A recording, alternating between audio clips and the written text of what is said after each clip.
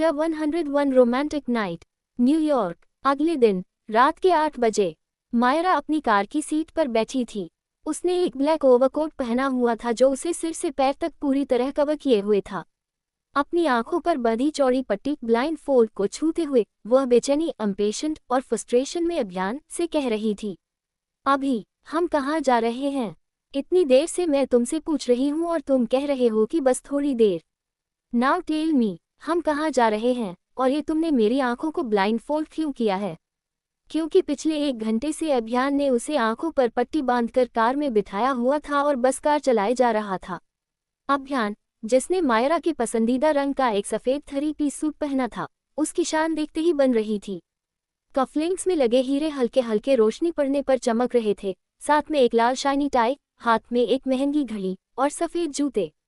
आज उसके वो घुंघराले बाल जेल से सेट थे, साथ में उसकी वो भोली, क्यूट और सच्ची मुस्कान, प्योर स्माइल, जिसमें वह रोज से कहीं ज्यादा हैंडसम और आकर्षक चार्मिंग लग रहा था। उसने जो सफ़ेद 3-पीस सूट पहना था वह उसकी पर्सनैलिटी को एक अलग ही स्तर पर ले जा रहा था। उसका स्टाइल और एलिगेंस देखते ही बनता था, अगर कोई लड़की उसे आज देखे तो अपने होश खो ही बैठे। वो मायरा की बात सुन उसके हाथ को अपने हाथ में पकड़कर उस पर किस करते हुए बहुत प्यार से कहता है, बस जान, बस 5 मिनट, हम पहुंचने वाले हैं। मायरा उसकी बात सुन थोड़ा झुंझलाते हुए, ओके फाइन, बस 5 मिनट। अगर अब 5 मिनट में तुमने ये ब्लाइंड फोल्ड नहीं हटाया तो देखना मैं तुम्हारे साथ क्या करती हूँ।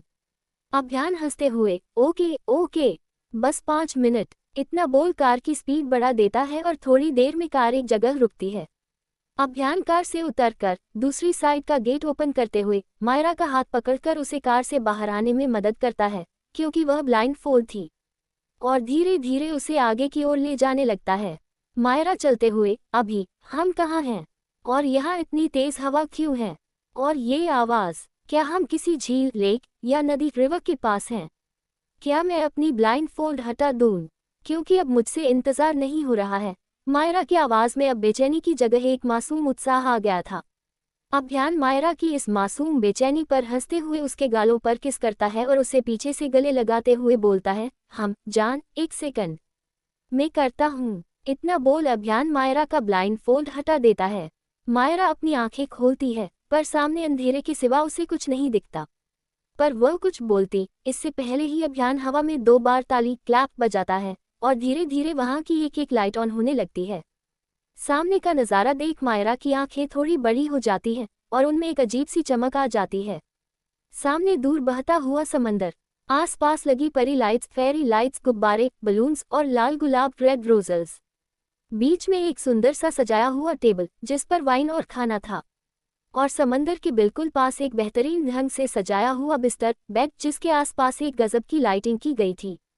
उसके चारों तरफ जालदार कपड़े, नेकक्लॉथ की सजावट थी जिस पर फेरी लाइट्स लगी थी।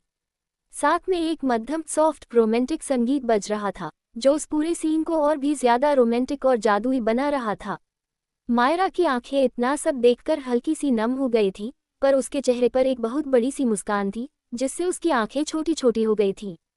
मायरा अभी सामने का रोमांटिक नज़ारा देख ही रही थी, तभी अभियान उसे पीछे से कसकर अपनी बाहों में भर लेता है और उसके कान पर किस करते हुए कहता है, सरप्राइज जान, डिड यू लाइक इट? आज हमारी एनिवर्सरी है, मेरी तरफ से एक छोटी सी कोशिश हमारे इस दिन को यादगार, मेमोरेबल बनाने की। से समथिंग बेबी, क्या तुम्हें ये सब पसंद आया? मैं जानता हूँ तुम्हें पता था कि मैं तुम्हें सरप्राइज दूंगा, पर फिर भी मैंने इसे गुप्त सीक्रेट रखने की बहुत कोशिश की। तो अब बताओ। इतना बोल अभियान चुप हो जाता है और मायरा के बोलने का इंतजार करने लगता है, पर जब कुछ देर मायरा कुछ नहीं बोलती तो अभियान मायरा को अपनी तरफ पलटता है और उसकी आंखों में देखता है। मायरा भी आंखें उठाकर उसे देखती है। दोनों की आंखें मिलती हैं, पर मायरा की आंखों में देखकर अभियान के माथे पर शिकन रिंकल्स आ जाती है, क्योंकि मायरा की आंखें आंसुओं से भरी हैवी थी। ये देख वह थोड़ा घबरा, पैनिक जाता है। मायरा के चेहरे को अपने हाथों में पकड़ता हुआ कहता है, हे जान, क्या हुआ? तुम्हारी आंखें ये भरी क्यों हैं? क्या तुम्हें अच्छा नहीं लगा? बोलो जान, didn't you like it? I am sorry जान। क्या? वह बस इतना ही बोल पाता है और आगे के शब्द उसके मुंह में ही रह जाते हैं, क्योंकि मायरा ने अभियान के चलते हुए होठों को अपने होठों में भर लिया था। मायरा अभियान के होठों को अपने होठों में लिए उससे बहुत प्यार से सॉफ्टली चूमने लगती है, जैसे इस तरीके से वह अपना सारा प्यार अभियान को दिखा रही हो। मायरा देखती है कि अभियान उसकी किस का जवाब नहीं दे रहा, तो वह उसके निचले होंठ पर हल्का सा काट बाइट लेती है। इससे अभियान, जो इस अचानक किस से हैरान शॉकेड हो गया था, होश में आता है और मायरा की कमर पर अपने दोनों हाथ रखकर उसे जोर से चूमने लगता है। अभियान मायरा के निचले होंठ को अपने होंठों में फंसाकर सक करने लगता है और उसकी कमर पर अपनी पकड़ कस देता है। वह इससे आगे बढ़ता उससे पहले ही मायरा उसकी कैसे पर हाथ रखकर उसे खुद से थोड़ा पीछे कर देती है और तेज तेज सांसें लेने लगती है। अभियान बस एकटक मायरा के चेहरे को देख रहा था, तो कभी उसके होठों को उसे और चूमना था। मायरा जब उसे देखती है तो उसके होठों पर एक छोटी सी किस करते हुए कहती है, बस अभी के लिए इतना ही है, बाकी का बाद में। अभियान निराश होकर बेचारा सा मुंह बना लेता है और कहता है, अच्छा ठीक है, ये बताओ तुम्हारी आंखों में आंसू क्यों थे? क्या तुम्हें मेरा सरप्राइज पसंद नहीं आया? मायरा अभियान की थोड़ी चिंत से अपनी थोड़ी को टकराते हुए प्यार से चिढ़ाती है, हम पसंद नहीं, मुझे ये सब पसंद नहीं आया। मायरा की बात सुन अभियान का मुंह थोड़ा लटक जाता है। मायरा उसकी चीन पर हल्का सा काटते हुए आगे कहती है, पसंद नहीं, मुझे ये सब बहुत पसंद आया, बहुत ज्यादा, एंड आई एम सरप्राइज्ड कि तुम मुझे हर बार सरप्राइज कैसे कर देते हो। अभियान उसकी बात सुन, अदा से, वो टैलेंट है मेरा, तुम नहीं समझ पाओगी इसे। मायरा, अच्छा एक सेकंड, थोड़ा पीछे होना। मायरा की नज़र अब अभियान के कपड़ों पर गई। वह अचानक कहती है, अभियान थोड़ा उलझन कंफ्यूज्ड में, क्यों? मायरा, क्योंकि मुझे तुम्हें देखना है। इतना बोल मायरा 2 स्टेप पीछे होती है और अभियान को ऊपर से नीचे तक 3-4 बार देखती है। उसके चेहरे पर कोई भाव एक्सप्रेशंस नहीं थे। अचानक वह अपने दिल पर हाथ रखकर पीछे की तरफ गिरने लगती है। अभियान अचानक हुई इस हरकत को देख डर जाता है और भागकर उसे अपनी बाहों में पकड़ लेता है और कहता है, मायरा, मायरा, ये क्या? मायरा, तारांकन ओपन योर आइज। तारांकन, उसकी आवाज़ लड़खड़ा रही थी। तभी मायरा अपनी एक आंख खोलती है और अभियान को देखती है और अपनी आंख मार्विंग देती है। उसके ऐसा करने से मानो अभियान की रुकी हुई सांस लौट आए हो। वह 2-3 गहरी गहरी सांसें लेता है और अपनी आंखें बंद कर लेता है। एक पल उसे लगा उसकी धड़कन रुक गई हो। ये ख्याल कि मायरा को कुछ हो गया उसे अंदर तक झकझोर गया। वह मायरा को घूर कर देखता है। वही गुलाब की पंखुड़ियों रोज पेटल्स से सजी फर्श पर लेटा अभियान बिना कुछ कहे थोड़ा दूर जाकर उसकी तरफ पीठ करके खड़ा हो जाता है। उसकी सांसें अभी भी तेज थीं और माथे पर पसीने की बूंदें थीं। मायरा जो अब उठकर बैठ चुकी थी, वह एकटक अभियान की पीठ देख रही थी। उसके दोनों हाथ उसके घुटनों पर थे, जैसे उसने अपना चेहरा पकड़ा हुआ था। वह समझ गई थी कि अभियान थोड़ा सा गुस्सा हो गया है उससे। वह अभियान की पीठ को देखते हुए बहुत प्यारी सी आवाज में कहती है, जान। अभियान नो रिस्पॉन्स। मायरा, जाने मन। अभियान अभी भी पीठ किए खड़ा। मायरा, अपने दोनों हाथ आगे की तरफ फैलाकर, जाने जा। अरे सुनो तो सही। अच्छा पलटो तो एक बार। अच्छा जी, इतनी नाराजगी हमसे। अभियान नो रिस्पॉन्स। मायरा अपनी आंखें घुमाते हुए कुछ सोचती है, फिर और प्यारी आवाज में कहती है, बेबी। अच्छा सॉरी बाबा यार, मैंने वो बस इसलिए किया क्योंकि मैं तुम्हारे इस हैंडसम लुक को हैंडल नहीं कर पाई थी यार। तुम आज कितने हॉट और सेक्सी लग रहे हो, तो मैं क्या करूं? तुम्हें ऐसे अचानक देख मेरी हार्ट बीट बढ़ गई। अच्छा सुनो न। इतना बोल मायरा अपनी जगह से उठ जाती है और मुस्कुराते हुए अपने ओवरकोट के बटन खोलने लगती है और कहती है, अगर तुम पलटते नहीं तो बहुत कुछ मिस कर दोगे बेबी, क्योंकि तुम्हारा सरप्राइज तो मैंने देख लिया। Now it's your turn. I am waiting baby. ये बोलते हुए मायरा की आवाज़ बहुत मोहक सेजोक टाइप थी, जिसे अभियान चाहकर भी नज़रअंदाज नहीं कर पाया। वह एक गहरी सांस लेकर अपनी जगह से पलटता है। उसी के साथ उसकी आंखें बड़ी की बड़ी हो जाती हैं, क्योंकि उसके पलटते ही मायरा ने अपना पहना हुआ वो ओवरकोट उतारकर नीचे गिरा दिया और अब वह एक डार्क रेड शॉर्ट ड्रेस में थी, जो उसकी थाइस से भी ऊपर थी। उसके बाल खुले थे, पैरों में कुछ नहीं, क्योंकि उसने हील्स पहले ही उतार दी थी। होठों पर गहरे लाल रंग की लिपस्टिक, बोल्ड मेकअप। आज वह बिल्कुल कहर ढा रही थी। अभियान तो उसे देखकर अपने पलकें झपकाना ही भूल गया था और एकटक बस मायरा को देख रहा था। वहीं मायरा उसे खुद को घूरते हुए पाकर उसके चेहरे पर एक शैतानी मुस्कान लाती है और बड़ी अदा से चलते हुए अभियान के करीब आने लगती है। जैसे जैसे वह अभियान के नजदीक जा रही थी, अभियान की धड़कन बढ़ती जा रही थी और आंखें कुछ गहरी होती जा रही थी। मायरा अभियान के करीब जाकर उसके दिल हाथ पर हाथ रखती है और हल्का सा उसके कान पर झुककर कहती है, कैसा लगा मेरा सरप्राइज। इतना बोल मायरा उसके ईयरलोब पर लिक करती है और फिर हार्डली से काट बाइट देती है। इस एहसास से अभियान के जबड़े कस जाते हैं, आंखें बंद हो जाती हैं। कुछ पल के लिए वह अपनी सांसें रोक लेता है और फिर एक गहरी सांस लेकर अपनी आंखें खोलता है। उसकी आंखें हल्की लाल होने लगी थीं। वह अपना हाथ मायरा की कमर पर रखता है और थोड़ी भारी आवाज में उसकी आंखों में देखकर कहता है, नहीं जान, मत करो। तुम जानती हो तुम्हारी एक एक हरकत मुझे उत्तेजित ट्रिगर करती है। मायरा उसकी बात सुन हंस देती है, तो ये अच्छी बात है कि तुम मेरे छूने से ही एक्टिव हो जाते हो, और इससे अच्छा क्या होगा। इतना बोल मायरा अभियान को देखकर एक शैतानी मुस्कान डेविल स्माइल देती है। अभियान, तुमसे बातों में कोई नहीं जीत सकता है। अब चलो, खाना ठंडा हो रहा है। मायरा अदा से चलते हुए, और खाने के बाद का क्या प्लान है बेबी। अभियान मुस्कुराते हुए, खाने के बाद मेरा तुम्हें खाने का प्लान है, इसलिए अब चुपचाप यहाँ बैठो। इतना बोल अभियान मायरा के लिए कुर्सी खींचता है और उसे उस पर बिठा देता है और उसे खाना परोसने लगता है। फिर उसके पास बैठ जाता है और अपने हाथ से एक बाइट तोड़कर उसके आगे करता है।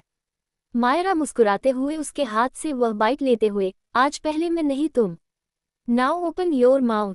अभियान अपना मुंह खोल मायरा के हाथ से वह बाइट खा लेता है, फिर दूसरी बाइट बनाकर वो मायरा को खिलता खाता है, और ऐसे ही दोनों प्यार से अपना दिन पूरा करते हैं।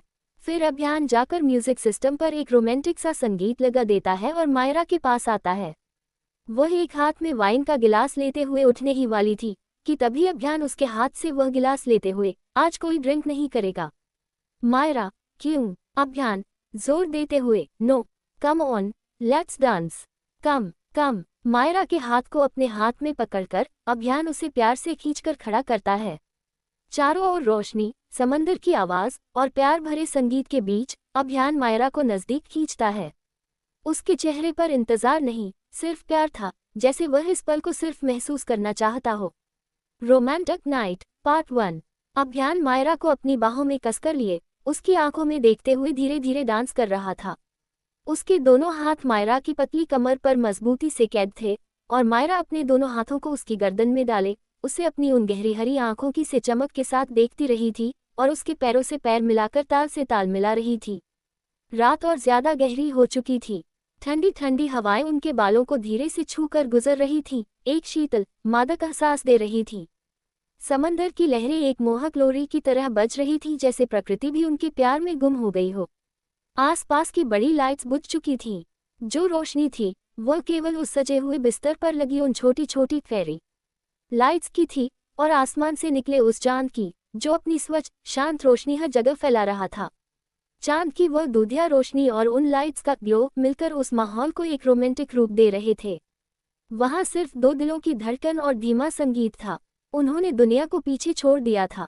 दोनों के नंगे पैर समंदर के किनारे गीली रेत को छू रहे थे, जहां लहरें आकर उन्हें प्यार से सहला जाती थीं। वे एक दूसरे में खोए हुए एक लंबी खूबसूरत खामोशी में नाच रहे थे।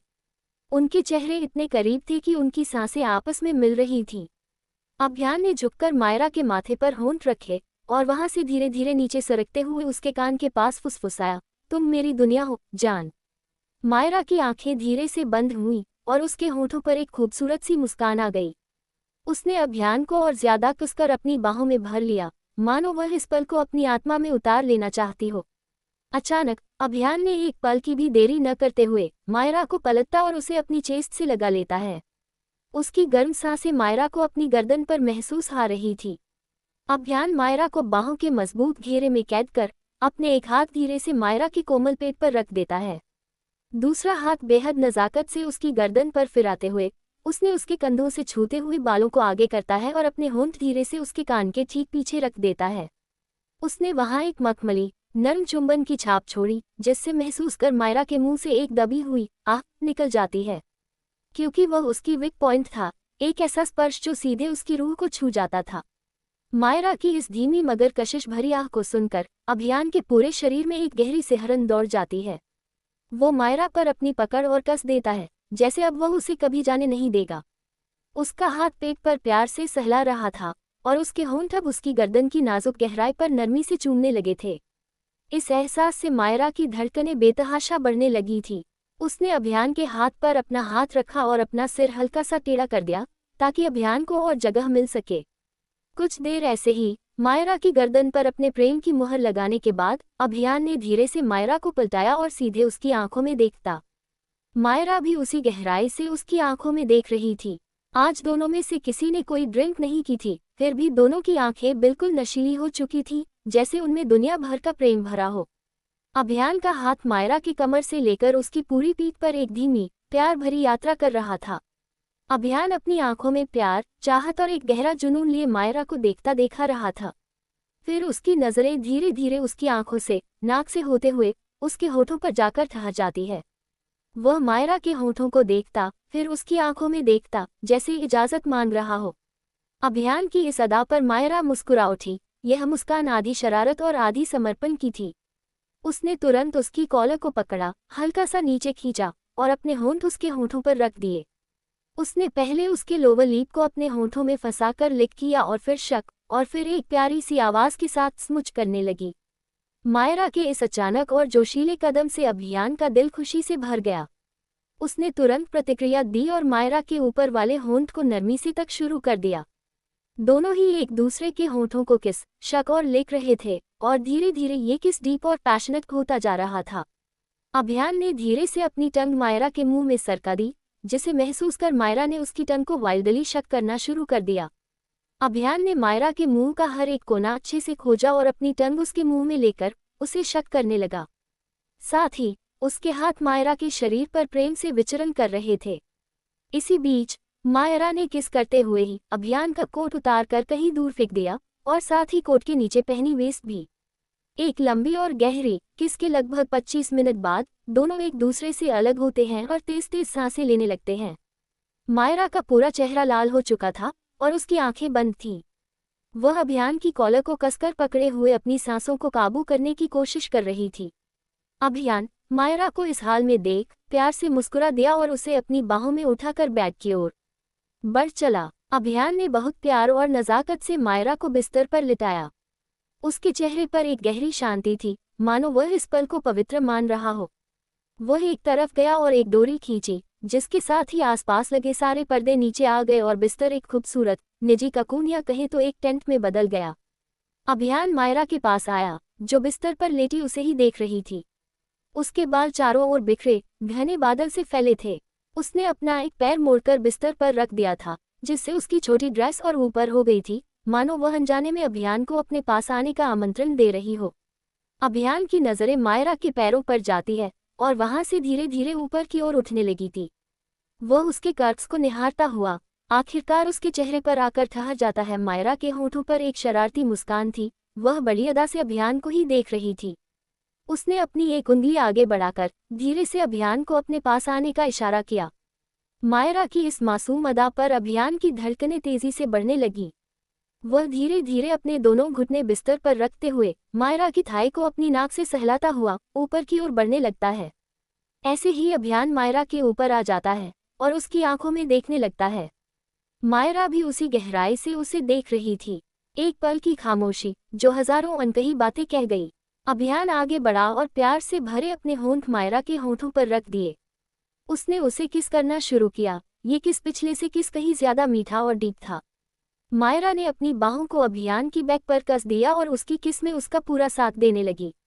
अभियान का हाथ मायरा के शरीर को एक्सप्लोर रहा था। उसकी पीठ, गर्दन, पेट के किनारे, थाई, हर जगह उसके स्पर्श की गहरी छाप पड़ रही थी।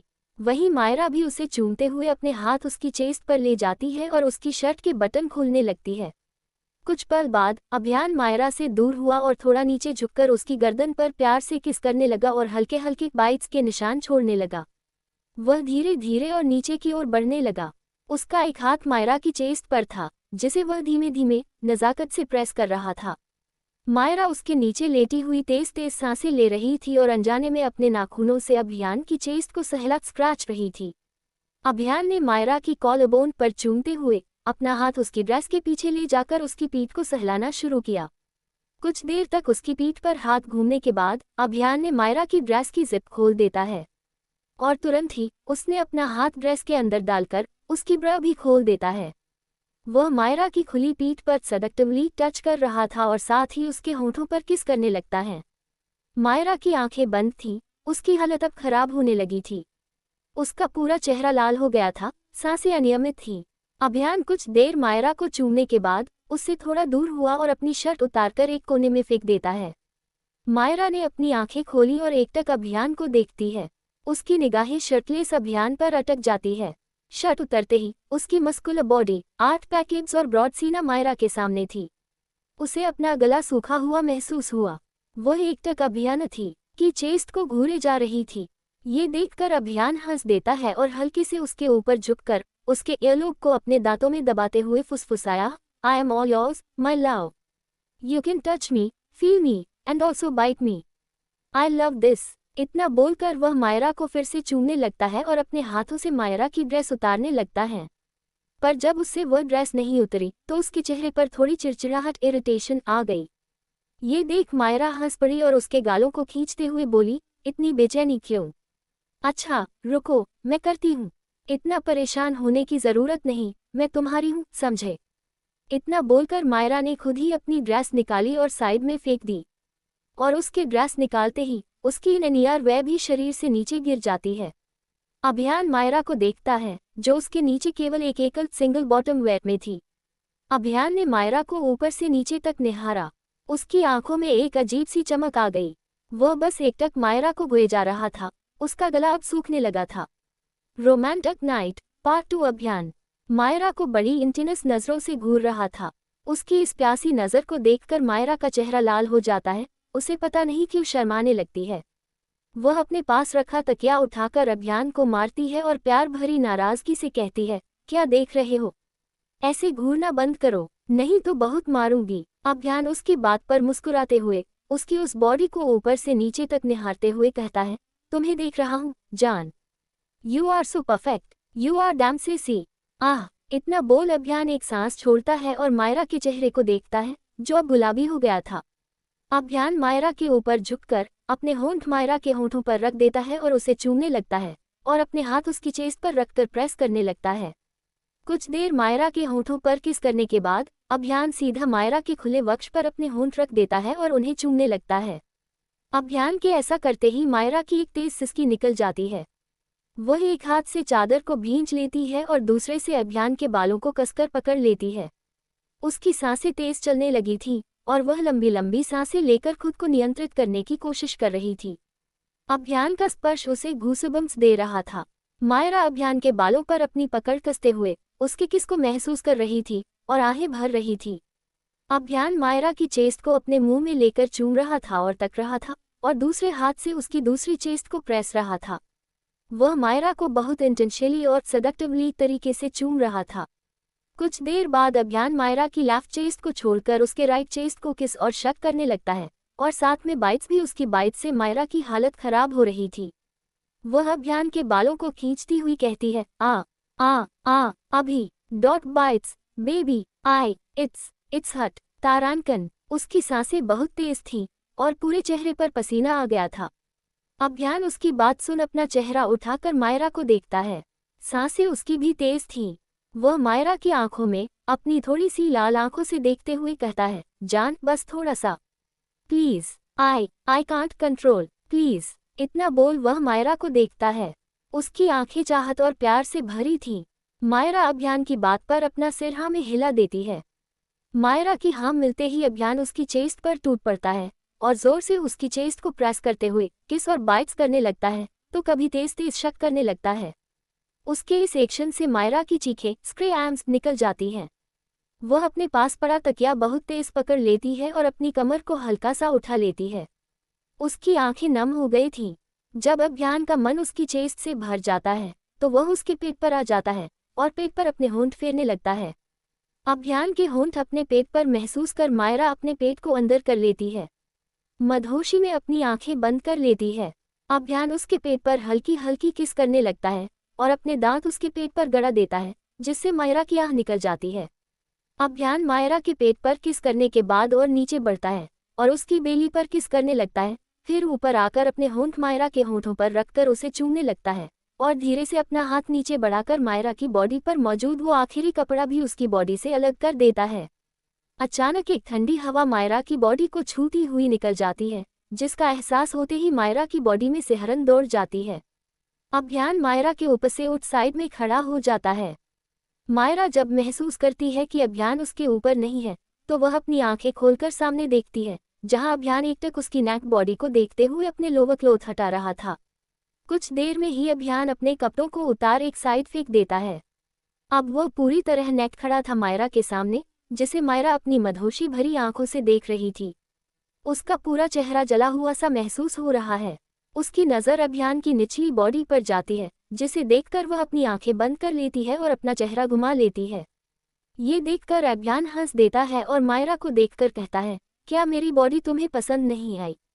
या मेरा? इतना बोल वह मायरा को आंख मार देता है। मायरा की बढ़ी हुई धड़कनें उसकी बात सुनकर और बढ़ जाती हैं। वह उसकी बात सुन कहती है, बेशर्म कहीं के, चुप रहो। मायरा के चेहरे पर हल्की सी घबराहट थी अभियान की बॉडी देखकर। अभियान मायरा के पैरों से किस करते हुए धीरे धीरे ऊपर आता है। मायरा की पूरी बॉडी कांपने लगी थी उसके होंठों को महसूस कर। अभियान अपने हाथों से मायरा की चेस्ट को सहलाते हुए उसके थाइस पर किस करने लगता है। काफी देर बाद मायरा की बॉडी पर किस करने के बाद अभियान उसके ऊपर आ जाता है और दोनों के ऊपर कंबल ले लेता है। अभियान अपनी बॉडी मायरा की बॉडी से बिल्कुल सटाते हुए अपने होंठ उसके होंठों पर रख देता है और उसे चूमने लगता है। अभियान किस करते हुए अपनी बॉडी हल्के हल्के मायरा की बॉडी से रब करने लगता है। अभियान की बॉडी को अपनी बॉडी पर महसूस कर मायरा की धड़कनें बढ़ जाती हैं, सांसें भारी हो जाती हैं और वह कसकर अभियान की पीठ पर अपने हाथ कस देती है। अभियान जिसे मायरा की बॉडी की खुशबू पागल कर रही थी, वह और अपनी बॉडी मायरा की बॉडी पर दबाने प्रेस लगता है। अभियान मायरा की चेस्ट को अपनी बॉडी पर महसूस कर उसे और ज्यादा जुनून पैशनेट से चूमने लगता है और एक हाथ कंबल में डालकर मायरा की थाइस को सहलाने लगता है। एक लंबी डीप किस कर लेने के बाद अभियान मायरा से अलग हो उसके चेहरे को देखता है, जो किसी लाल चेहरे से भी ज्यादा लाल हो गया था। साथ में उसकी आंखों में थोड़ी सी घबराहट और डर भी था। अभियान चेहरे पर घबराहट देख उसके फहद पर किस करते हुए कहता है, जान, क्या हुआ? तुम्हारे चेहरे पर ये डर क्यों? मायरा उसकी बात सुन उसकी आंखों में देखती है और कुछ देर बाद थोड़ा सा घबराते हुए, हम बस थोड़ा सा नर्वस हूँ। अभियान उसके कान पर किस करते हुए मदहोशी से, क्यों बेबी? मायरा अभियान के होंठों पर किस करते हुए, पता नहीं, बस तुम आराम से करना। यू नो ना, इट्स माई फर्स्ट टाइम। मुझे नहीं पता है कि फर्स्ट टाइम में कितना दर्द होता है। जब पिछली बार मेरा फर्स्ट टाइम था तब का मुझे कुछ याद नहीं, क्योंकि मैं नशे में ड्रग थी और मुझे 2 दिन बाद होश आया था। अभियान, मैं पूरी कोशिश करूंगा आराम से करने की, जान। और अगर तुम्हें ज्यादा दर्द हो तो तुम मुझे रोक देना, ओके? मायरा, ठीक है। अभियान मायरा की आंखों में देखते हुए कहता है, जान, शुरुआत में थोड़ा दर्द होगा, ओके? तो मायरा उसकी बात पर उसे देखती है, जो उसे ही अपनी मदहोश हो चुकी आंखों से देख रहा था। मायरा अपना सर हाँ में हिला देती है। अभियान उसके सिर पर किस करते हुए, आई लव यू, जान। Myra, I love you too. अभियान उसकी की बात सुन मुस्कुरा देता है और मायरा के होंठों पर अपने होंठ रख देता है और उसे चूमने लगता है। अभियान मायरा को चूमते हुए ही उसकी बॉडी पर हाथ घुमाना शुरू कर देता है और उसकी बॉडी से अपनी बॉडी को छूते हुए खुद को मायरा की बॉडी में थोड़ा सा धकेलता है, जिसकी वजह से मायरा की पूरी शरीर में एक तेज दर्द की लहर दौड़ जाती है। वह अपनी आंखें खोलकर अभियान को देखती है, जो उसे ही देखते हुए किस कर रहा था। मायरा अपने हाथों को अभियान के कंधों पर रख देती है और उसे पीछे करने लगती है। अभियान उसे थोड़ा टाइट पकड़ लेता है और एक झटके से मायरा के अंदर इंटर कर जाता है, जिससे मायरा की तेज चीख निकल जाती है। उसकी आंखों से आंसू निकलने लगते हैं। पूरा शरीर दर्द से कांपने लगता है। वह गुस्से में अभियान के कंधे पर मारते हुए रोकर कहती है, यू इडियट! आह, तुमने कहा था थोड़ा दर्द। Oh God, ah, it's so painful. I can't handle. Abhiyan Myra की बात सुन उसे कसकर गले लगा लेता है और कुछ देर जैसा था वैसे ही रुका रहता है, जिससे मायरा थोड़ी शांत रिलैक्स हो जाए। मायरा, जिसकी आंखों से आंसू निकल रहे थे, वह अभियान की चेस्ट में अपने दांत गड़ा देती है, जिससे अभियान अपनी आंखें कसकर बंद कर लेता है और जो मायरा कर रही है उसे करने देता है। कुछ देर बाद जब अभियान देखता है कि मायरा नॉर्मल हो गई है, तो वह खुद को हल्का सा मूव करता है, जिसके जवाब में मायरा अभियान की पीठ पर अपने नाखून गड़ा देती है और अपनी आंखें भींच लेती है। अभियान मायरा का ध्यान भटकाने के लिए अपने होंठ उसके होंठों पर रख देता है। कुछ देर में मायरा को अच्छा लगने लगता है और वह भी सब कुछ भूलकर अभियान को चूमने लगती है और उसका साथ देने लगती है। कुछ देर बाद उस टेंट से बस मायरा के तेज तेज मौन और अभियान की तेज सांसों और आहों की आवाजें आ रही थीं। टेंट की सारी लाइट्स बंद थीं। बस चांद की रोशनी में दिख रहा था कि आज दो प्रेमी आत्माएं एक होकर एक दूसरे को प्यार कर रहे थे। उनके बीच अब कोई दूरी नहीं थी, सिर्फ अनंत प्यार और एक दूसरे के लिए गहरा समर्पण था। काफी देर तक अभियान मायरा को प्यार करने के बाद मायरा की बगल में लेट जाता है। मायरा की हालत खराब थी। दोनों की बॉडी पूरी तरह पसीने में भीगी थी और उस टेंट में उनके प्यार की खुशबू भर गई थी। मायरा अपना सिर अभियान की चेस्ट पर रखकर तेज तेज सांसें ले रही थी और अभियान उसकी पीठ सहला रहा था। कुछ ही पल में मायरा नींद स्लीप में जाने लगती है, पर अभियान फिर उसके ऊपर आकर उसे चूमने लगता है। मायरा, जिसकी अब बिल्कुल ताकत नहीं बची थी, वह धीमी सी आवाज में कहती है, बस अभी मुझे नींद आ रही है। अभियान, जो शायद मायरा को और प्यार करना चाहता था, वह मायरा की बॉडी पर अपना हाथ फेरते हुए उसकी चेस्ट पर किस करता है और कहता है, बस थोड़ी और, प्लीज, एक आखिरी बार। इतना बोल वह अपना चेहरा उठाकर मायरा को देखता है। मायरा उसकी आंखों में देखती है, जहां प्यार और डिजायर दोनों थीं। मायरा हल्के से अपना सिर हिलाकर कहती है, बस थोड़ी देर। उसकी बात पूरी होने से पहले ही अभियान उसकी बॉडी में एंटर कर देता है और उसे चूमते हुए कहता है, हम बस थोड़ी देर, लव यू जान, और मायरा को प्यार करने लगता है। मायरा धीमे से दबी हुई आवाज में, लव यू टू। ऐसे ही प्यार करते करते दोनों की ये खूबसूरत रात बीत जाती है। पता नहीं अभियान ने किस पहर मायरा को छोड़ा और सोया। Care, love, passion, New York. अगली सुबह दोपहर 12 बजे मायरा की नींद खुलती है। वह करवट लेने की कोशिश करती है, पर अचानक नींद में ही उसकी भान सिकुड़ जाती है। उसे अपनी शरीर में एक जबरदस्त दर्द, हेवी पेन महसूस होता है और उसके मुंह से एक आह निकल जाती है। अभियान, जो कमरे में मौजूद सोफे पर बैठा अपने लैपटॉप पर कुछ काम कर रहा था, अचानक उस शांत कमरे में आए मायरा की कराह सुन चौंक जाता है। वह अपना लैपटॉप और सारे काम साइड कर जल्दी से बिस्तर की तरफ जाता है और मायरा के पास बैठ उसके चेहरे को अपने हाथों में पकड़कर फिक्र से पूछता है, क्या हुआ आन? Are you fine? क्या तुम्हें कहीं दर्द हो रहा है? मायरा अभियान की घबराई हुई आवाज सुन अपनी आंखें खोलती है। वह अभियान को देखते हुए कहती है, हेलिया, मैं अभी उठ नहीं पा रही हूँ, मुझे बैठने में मदद करो, बहुत देर हो रहा है। अभियान का चेहरा मायरा की बात सुन हल्का सा पीला पड़ जाता है, पर वह जल्दी से अपने एक्सप्रेशन सही कर अपना एक हाथ मायरा की पीठ के नीचे लगाता है और उसे उठने में मदद करता है। जब मायरा बैठ जाती है तो अपनी आंखें खोल अभियान को देखती है। अभियान भी उसे ही देख रहा था। मायरा के चेहरे पर आज एक अलग ही चमक ग्लो थी, पर उस चमक के साथ साथ दर्द भी था। मायरा अपना सिर अभियान की सीने में रख देती है और उसे गले लगाकर दबी हुई आवाज में कहती है, बहुत दर्द हो रहा है अभी, it's too much, I don't know why but it's ah. इतना बोल मायरा दर्द से अपनी आंखें बंद कर लेती है। अभी अभियान मायरा की बात सुन हल्के हल्के उसकी पीठ को सहलाते हुए कहता है, सॉरी जान, आई थिंक ये मेरी वजह से है। मायरा उसकी बात सुन झटके से उससे दूर होती है और उसे संदेह भरी क्वेश्चनिंग आंखों से देखते हुए कहती है, मतलब तुम्हारी वजह से क्यों? अभियान अपनी नजरें झुकाते हुए मायरा के हाथ अपने हाथ में पकड़ धीमी आवाज में कहता है, तारांकन, वो कल तुम्हारा फर्स्ट टाइम था, पर मैं कुछ पल के लिए सब भूल गया था और शायद मैंने ज्यादा कर दिया, इसलिए आज तुम्हें यहाँ दर्द हो रहा है। इतना बोल अभियान बहुत मासूमियत इनोसेंटली से अपनी नजरें उठाकर मायरा को देखता है। वहीं उसकी सारी बात सुन मायरा का चेहरा लाल हो जाता है, अब पता नहीं गुस्से से या शर्म से, पर वह गुस्से में अपने हाथ अभियान के हाथों से छुड़ाकर उसकी कॉलर पकड़ खींचते हुए कहती है, यू इडियट, मैंने तुम्हें कल रुकने को बोला, पर तुमने अपना ये। इतना बोल मायरा अपने हाथ उसकी कॉलर से हटाकर उसके दोनों गालों को पकड़कर बोलती है, ये मासूम सा चेहरा बनाकर मुझसे क्या कहा था कि जान प्लीज थोड़ा और आज देख, तुम्हारे थोड़ा और के चक्कर में मेरी क्या हालत हो गई है, मैं हिल तक नहीं पा रही हूँ। इतना बोल मायरा अभियान को दूर धक्का दे देती है।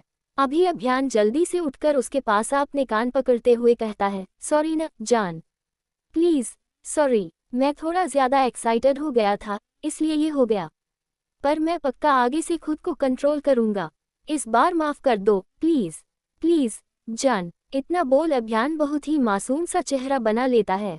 वहीं मायरा उसकी बात सुन गुस्से में हल्के से उसके कंधे पर मारते हुए कहती है, अगली बार वो तो तुम जब करोगे ना, जब मैं तुम्हें अपने पास आने दूंगी। अब तुम मुझे छूकर भी दिखाओ, देखना मैं क्या हाल करूंगी तुम्हारा। अभियान मायरा की बात सुन उसके मारते हुए हाथ पकड़कर एक शरारती मुस्कान नॉटी स्माइल के साथ उसे देखकर कहता है, अच्छा जान, अब तुम मुझे छूने नहीं दोगी खुद को। क्या तुम श्योर हो कि तुम मुझसे दूर रह पाओगी? बिना मुझे टच किए, बिना मुझे किस किए रह पाओगी? मायरा अभियान की बात सुन चुप हो जाती है और उससे दूर हो अपना मुंह घुमाकर बैठ जाती है। हाँ, ये सच था, वह अभियान से दूर नहीं रह पाती थी, स्पेशली उसकी बॉडी से। वह उसकी बॉडी की तरफ कुछ ज्यादा ही आकर्षित अट्रैक्ट हो जाती थी हमेशा। वही अभियान जब देखता है कि उसकी जान उससे नाराज हो गई है, तो वह उसे पीछे से गले लगाते हुए बहुत प्यार से उसे मनाते हुए कहता है, तारान का नच्छा, सॉरी न जान, सॉरी मेरा बच्चा। इतना बोल वह मायरा के गाल पर किस कर देता है और आगे कहता है, मैं भूल गया था कुछ देर के लिए कि तुम में कुछ बदला है और बहक गया था, पर आई प्रॉमिस मैं आगे ध्यान रखूंगा।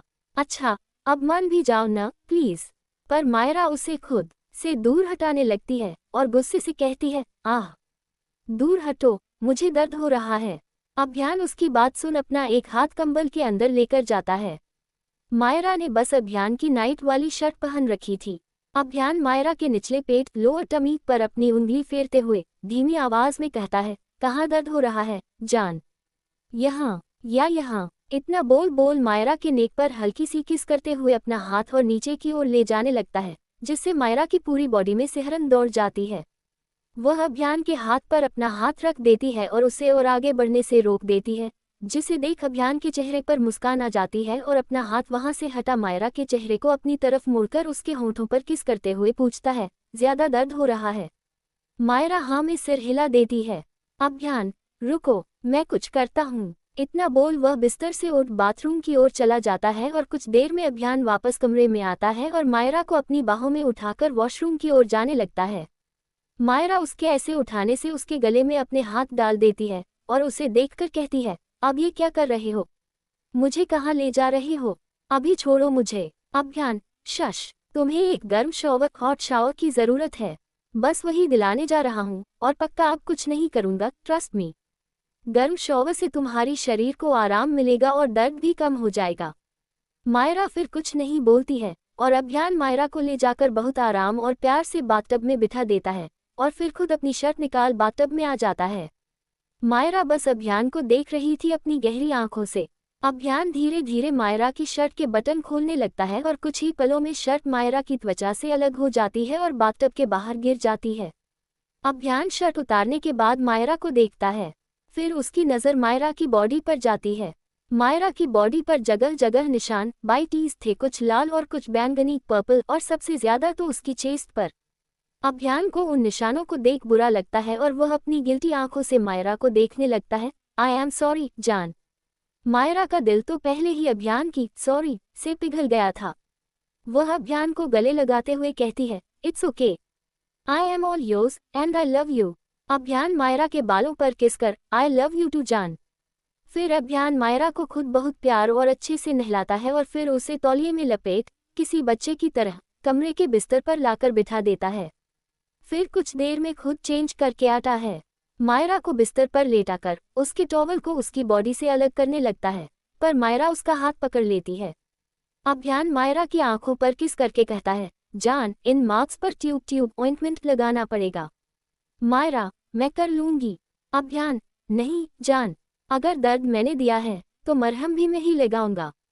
इतना बोल वह बहुत प्यार से मायरा की आंखों में देखता है। मायरा टॉवल छोड़ देती है। अभियान टॉवल उसकी शरीर से अलग कर एक एक जगह जहां निशान थे बहुत नरमी से किस करते हुए ट्यूब लगाने लगता है। इससे ज्यादा वह कुछ नहीं करता है, न मायरा को देखता है न कहीं टच करता है। उसका हर एक्शन इतना सॉफ्ट और प्यार भरा था कि मायरा की नज़र उससे हट नहीं रही थी।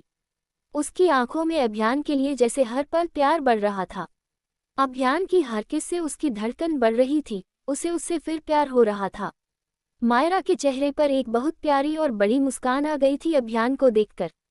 अभियान मायरा की पूरी बॉडी में ट्यूब लगाकर उसे एक ढीली शर्ट, लूज शर्ट और शॉर्ट्स पहना देता है और उसके बालों को सूखा ड्राई कर देता है। फिर मायरा के लिए नाश्ता लेने नीचे किचन की तरफ चला जाता है। अभियान के चले जाने के बाद मायरा की नज़र बिस्तर के बगल वाली टेबल पर रखे अपने फ़ोन पर जाती है। मायरा हल्का सा झुककर अपना फ़ोन उठाती है और उसे खोलती है। उसमें काफ़ी कॉल और मैसेज आए पड़े थे और मायरा की नज़र एक मैसेज पर जाती है जो माही की तरफ से था। आज शना और सानिया का जन्मदिन है। क्या तुम आने वाली हो? तुम्हारी दादी और सब लोग तुम्हें बहुत याद कर रहे हैं और तुम्हारी मम्मा भी तुम्हें बहुत मिस कर रही है। जल्दी आ जाओ, लव यू एंजल। मैसेज पर मायरा के चेहरे पर मुस्कान आ जाती है, पर जल्दी ही उसकी वह प्यारी मुस्कान एक मिस्टीरियस मुस्कान में बदल जाती है और आंखें कुछ गहरी हो जाती हैं। और माही को एक छोटा सा रिप्लाई करती है, तारांकन मैं जल्दी ही आ जाऊंगी mom. Miss you too angel, also love you mom. Mahi को मैसेज कर मायरा काशिश को फ़ोन लगा देती है और धीरे से बिस्तर से नीचे अपने पैर रखती है। एक बार दर्द की लहर उसके पूरे शरीर में फैल जाती है और वह खुद को संभाल कर बिस्तर से खड़ी हो धीरे धीरे चलते हुए सोफे पर आकर बैठ जाती है और काशिश से बात करने लगती है। मायरा एक गंभीर आवाज में, क्या अपडेट है Kashish? Kashish, boss, you are right. Manish के लोग न्यूयॉर्क तक पहुंच गए हैं। मायरा सोफे से लगकर बैठते हुए, तो क्या तुम्हारी उनसे मुलाकात हुई? काशिश, यस बॉस, कल उन्होंने मेरा होटल तक पीछा किया, पर उनमें से कोई भी फिर वहां से वापस नहीं जा पाया। सारे आदमी हमारे कब्जे में हैं और यही बताने के लिए मैं आपको कल से कॉल कर रही थी, पर आपने मेरा कॉल पिक नहीं किया। मायरा उसकी बात सुन एक उंगली से भान को सहलाते हुए, मैं थोड़ा बिजी थी। काशिश, बॉस, मनीष के लोगों का क्या करना है? मायरा, और क्या काशिश, उनका हमारे तरीके से सबको रास्ते से हटा दो। वैसे क्या तुमने गिफ्ट तैयार किया? आज सान और सानिया का जन्मदिन है, तो मैं नहीं चाहती कि मेरा गिफ्ट जरा भी देरी से उन्हें मिले। काशिश, यस बॉस, आप फिक्र मत कीजिए, आपका गिफ्ट बिल्कुल तैयार है। आप जिस टाइम बताया उसी टाइम डिलीवर हो जाएगा। मायरा, ग्रेट, तो तुम एक काम करो काशिश, यहाँ मेंशन में आ जाओ क्योंकि मैं उन सबका रिएक्शन अपनी आंखों से देखना चाहती हूँ। आखिर उन्हें मेरा गिफ्ट पसंद आया या नहीं, और मुझे तुमसे कुछ बात भी करनी है। Kashish, okay boss, I will come. Myra, इतना बोल मायरा कॉल कट कर देती है और केएसआर को कॉल कर देती है। कुछ देर कार से बात करने के बाद मायरा उनका कॉल भी कट कर देती है और अपने फ़ोन को अपने हाथ में घुमाते हुए कहती है, happy birthday, happy last birthday to you. इतना बोल वह हंसने लगती है। उसकी हंसी बहुत डरावनी थी। वह अभी हंस ही रही थी, तभी अभियान अपने हाथ में मायरा के लिए नाश्ता लेकर कमरे में आता है, पर मायरा की हंसी को देखकर वह भी रुक जाता है। मायरा अभियान को देख हंसना बंद कर देती है और एक डेविल स्माइल के साथ अभियान को अपने पास बुलाती है। अभियान जाकर मायरा के पास बैठ जाता है और मायरा को अपनी गहरी नज़रों से देखकर कहता है, अब तुम्हारे दिमाग में क्या चल रहा है? मायरा एक खतरनाक मुस्कान के साथ कहती है, आज मेरा एक दुश्मन रास्ते से हटने वाला है। उसने मुझे मायरा सिंह राठौर को अपने गंदे हाथों से छूने की हिम्मत की थी। आज उसे उसकी असली औकात पता चलेगी। आज उसे पता चलेगा कि एक लड़की की न का मतलब न होता है। अभियान मायरा की आंखों में नफरत साफ देख पा रहा था। उसे नहीं पता था मायरा किसकी बात कर रही है, पर वह बात को बदलते हुए कहता है, अच्छा छोड़ो वो सब, नाश्ता कर लो, फिर मेडिसिन ले लेना, तुम्हें दर्द में राहत मिलेगी। मायरा उसकी बात सुन हाँ में सिर हिला देती है और अभियान उसे अपने हाथों से बहुत प्यार से खाना खिलाने लगता है। Sania trap Vikram, Mumbai sunrose hotel का बैंक्वेट हॉल। सनशाइन होटल के एक बहुत बड़े बैंक्वेट हॉल में आज एक भव्य पार्टी की तैयारी थी। हॉल को आज बेहद खूबसूरती से सजाया गया था। हॉल के प्रवेश द्वार पर मेहमानों का स्वागत सफ़ेद और सुनहरे रेशमी कपड़ों के दो लंबे ड्रैप्स कर रहे थे, जो एक दूसरे से लिपटकर ऊपर एक विशाल फूलों के मेहराब फ्लोरल आर्च तक जाते थे। अंदर हॉल की ऊंची छत पर बड़े बड़े झूमर चंदलियर्स लगे थे, जिनकी रोशनी से पूरा हॉल चमक रहा था। मेजों टेबल्स पर बारीक सफ़ेद टेबल कवर बिछे थे, जिन पर बीच में गहरे नीले रंग के मखमली रनर रखे थे। हर मेज के केंद्र में एक ऊंचा और शानदार सेंटरपीस था। कांच के लंबे फूलदान में तैरते हुए गुलाबी ऑर्किड और टिमटिमाती छोटी मोमबत्तियां, फ्लोटिंग कैंडल्स। हॉल की सजावट बहुत शानदार थी, और हो भी क्यों न, आखिर राठौर खानदान का फंक्शन होने वाला था। राठौर खानदान इंडिया की सबसे अमीर रिचेस्ट फैमिली में से एक है। आज इस हॉल में शना और सानिया की जन्मदिन पार्टी रखी गई थी। हाँ, किसी को नहीं पता था कि वो KSR के बच्चे नहीं हैं, पर उनके नाम के साथ राठौर तो था ही, तो सब कुछ ये एक होना तो बनता ही था। हॉल के बाहर मीडिया खड़ी थी और आने जाने वालों की तस्वीरें ले रही थी। मेहमान आना शुरू हो गए थे और धीरे धीरे हॉल भरने लगा था। कुछ देर में लगभग 10 से 12 गाड़ियां आकर बैंक्वेट हॉल के बाहर रुकती हैं, जिसे देखकर मीडिया उनके पास आने लगती है, पर गार्ड्स पहले ही सबको रोक देते हैं। और फिर उन कारों में से राठौर फैमिली के एक एक सदस्य उतरने लगते हैं और अंदर की तरफ जाने लगते हैं। चौथी कार से KSR उतरते हैं और माही को हाथ देते हैं। माही भी KSR का हाथ पकड़ अपनी साड़ी ठीक करते हुए बाहर आती है और अंदर की तरफ जाने लगती है। उनके अंदर जाते ही वहां कुछ कारें और आकर रुकती हैं और उनमें से सहाय फैमिली निकलती है और वो भी अंदर जाने लगते हैं। न्यूयॉर्क का अभियान का विला अभियान। मायरा और काशिश तीनों हॉल में लगे बड़े से सोफे पर बैठे थे, जहां मायरा और अभियान एक ही सोफे पर थे और काशिश मायरा के पास ही एक सोफे पर बैठी थी। काशिश के सामने एक लैपटॉप था जिस पर उसकी उंगलियां तेजी से चल रही थीं। वहीं मायरा के सामने कुछ खाने का सामान था, जैसे कोल्ड ड्रिंक, कप और जंक फूड भी। अभियान अपने सामने रखे लैपटॉप पर काम कर रहा था, पर साथ में उसका ध्यान मायरा और उसकी हरकतों पर भी था। मायरा अपनी कोल्ड ड्रिंक की सिप लेते हुए काशिश से कहती है, सब कुछ तैयार है ना? काशिश मायरा की बात सुन अपना लैपटॉप का स्क्रीन मायरा के आगे करते हुए, तारानकनियस बॉस, सब कुछ तैयार है और आपका गिफ्ट भी बिल्कुल तैयार है। जैसे ही पार्टी अपने हाइक पर होगी, आपका सरप्राइज वहां पहुंच जाएगा। मायरा काशिश की बात सुन अपनी आंखों में एक खतरनाक चमक लाकर कहती है, गुड। और लैपटॉप पर लाइव पार्टी की फुटेज ऑन हो जाती है और मायरा, अभियान और काशिश फुटेज देखने लगते हैं, जहां पहले राठौर फैमिली की एंट्री हुई। अपने मॉम डैड दादी को देख मायरा के चेहरे पर एक बड़ी सी मुस्कान आ जाती है। वहीं मायरा की मुस्कान देख अभियान भी मुस्कुराने लगता है। फिर आती है सहाय फैमिली। सहाय फैमिली को देख मायरा अभियान को देखती है, जो अपनी नम आंखों से अपनी फैमिली को पार्टी वेन्यू में जाता हुआ देख रहा था। यानिका जी शोना का हाथ पकड़ आगे चल रही थी और उनके पति और उनका छोटा बेटा उनके पीछे थे। सबको एक साथ देख अभियान का दिल थोड़ा भारी हो जाता है और उसकी आंखों से एक आंसू निकल जाता है, पर वह जल्दी से अपना चेहरा साइड करके साफ कर लेता है। मायरा अभियान को इमोशनल देख उसके चेहरे को अपनी तरफ करती है और उसके माथे पर किस कर उसके कान में बहुत प्यार और विश्वास से कहती है, वो तुम्हारी फैमिली है और हम बहुत जल्द वहां जाएंगे, ठीक है? सो डोंट बी इमोशनल, क्योंकि मुझे तुम्हारी आंखों में किसी के लिए एक आंसू भी अच्छा नहीं लगते हैं। तुम्हारे आंसू भी सिर्फ मेरे लिए बहने चाहिए, समझे? अभियान उसकी बात सुन हंस देता है और उसे गले लगाते हुए कहता है, जी मोहतरमा, ये आंसू भी हम बस आपके लिए ही बहाएंगे। अब खुश? उसकी बात सुन मायरा उसकी गर्दन में अपना चेहरा रब करती हुई कहती है, हम बहुत खुश। अभियान उससे दूर हो उसके होंठों पर किस करते हुए, अच्छा अब आगे देखिए तुम क्या करने वाली हो। मायरा, हम और दोनों वापस लैपटॉप पर देखने लगते हैं। वहीं उनके पास बैठी काशिश का ध्यान उन दोनों पर बिल्कुल नहीं था, या वह ऐसा दिखा रही थी कि उसने कुछ नहीं देखा।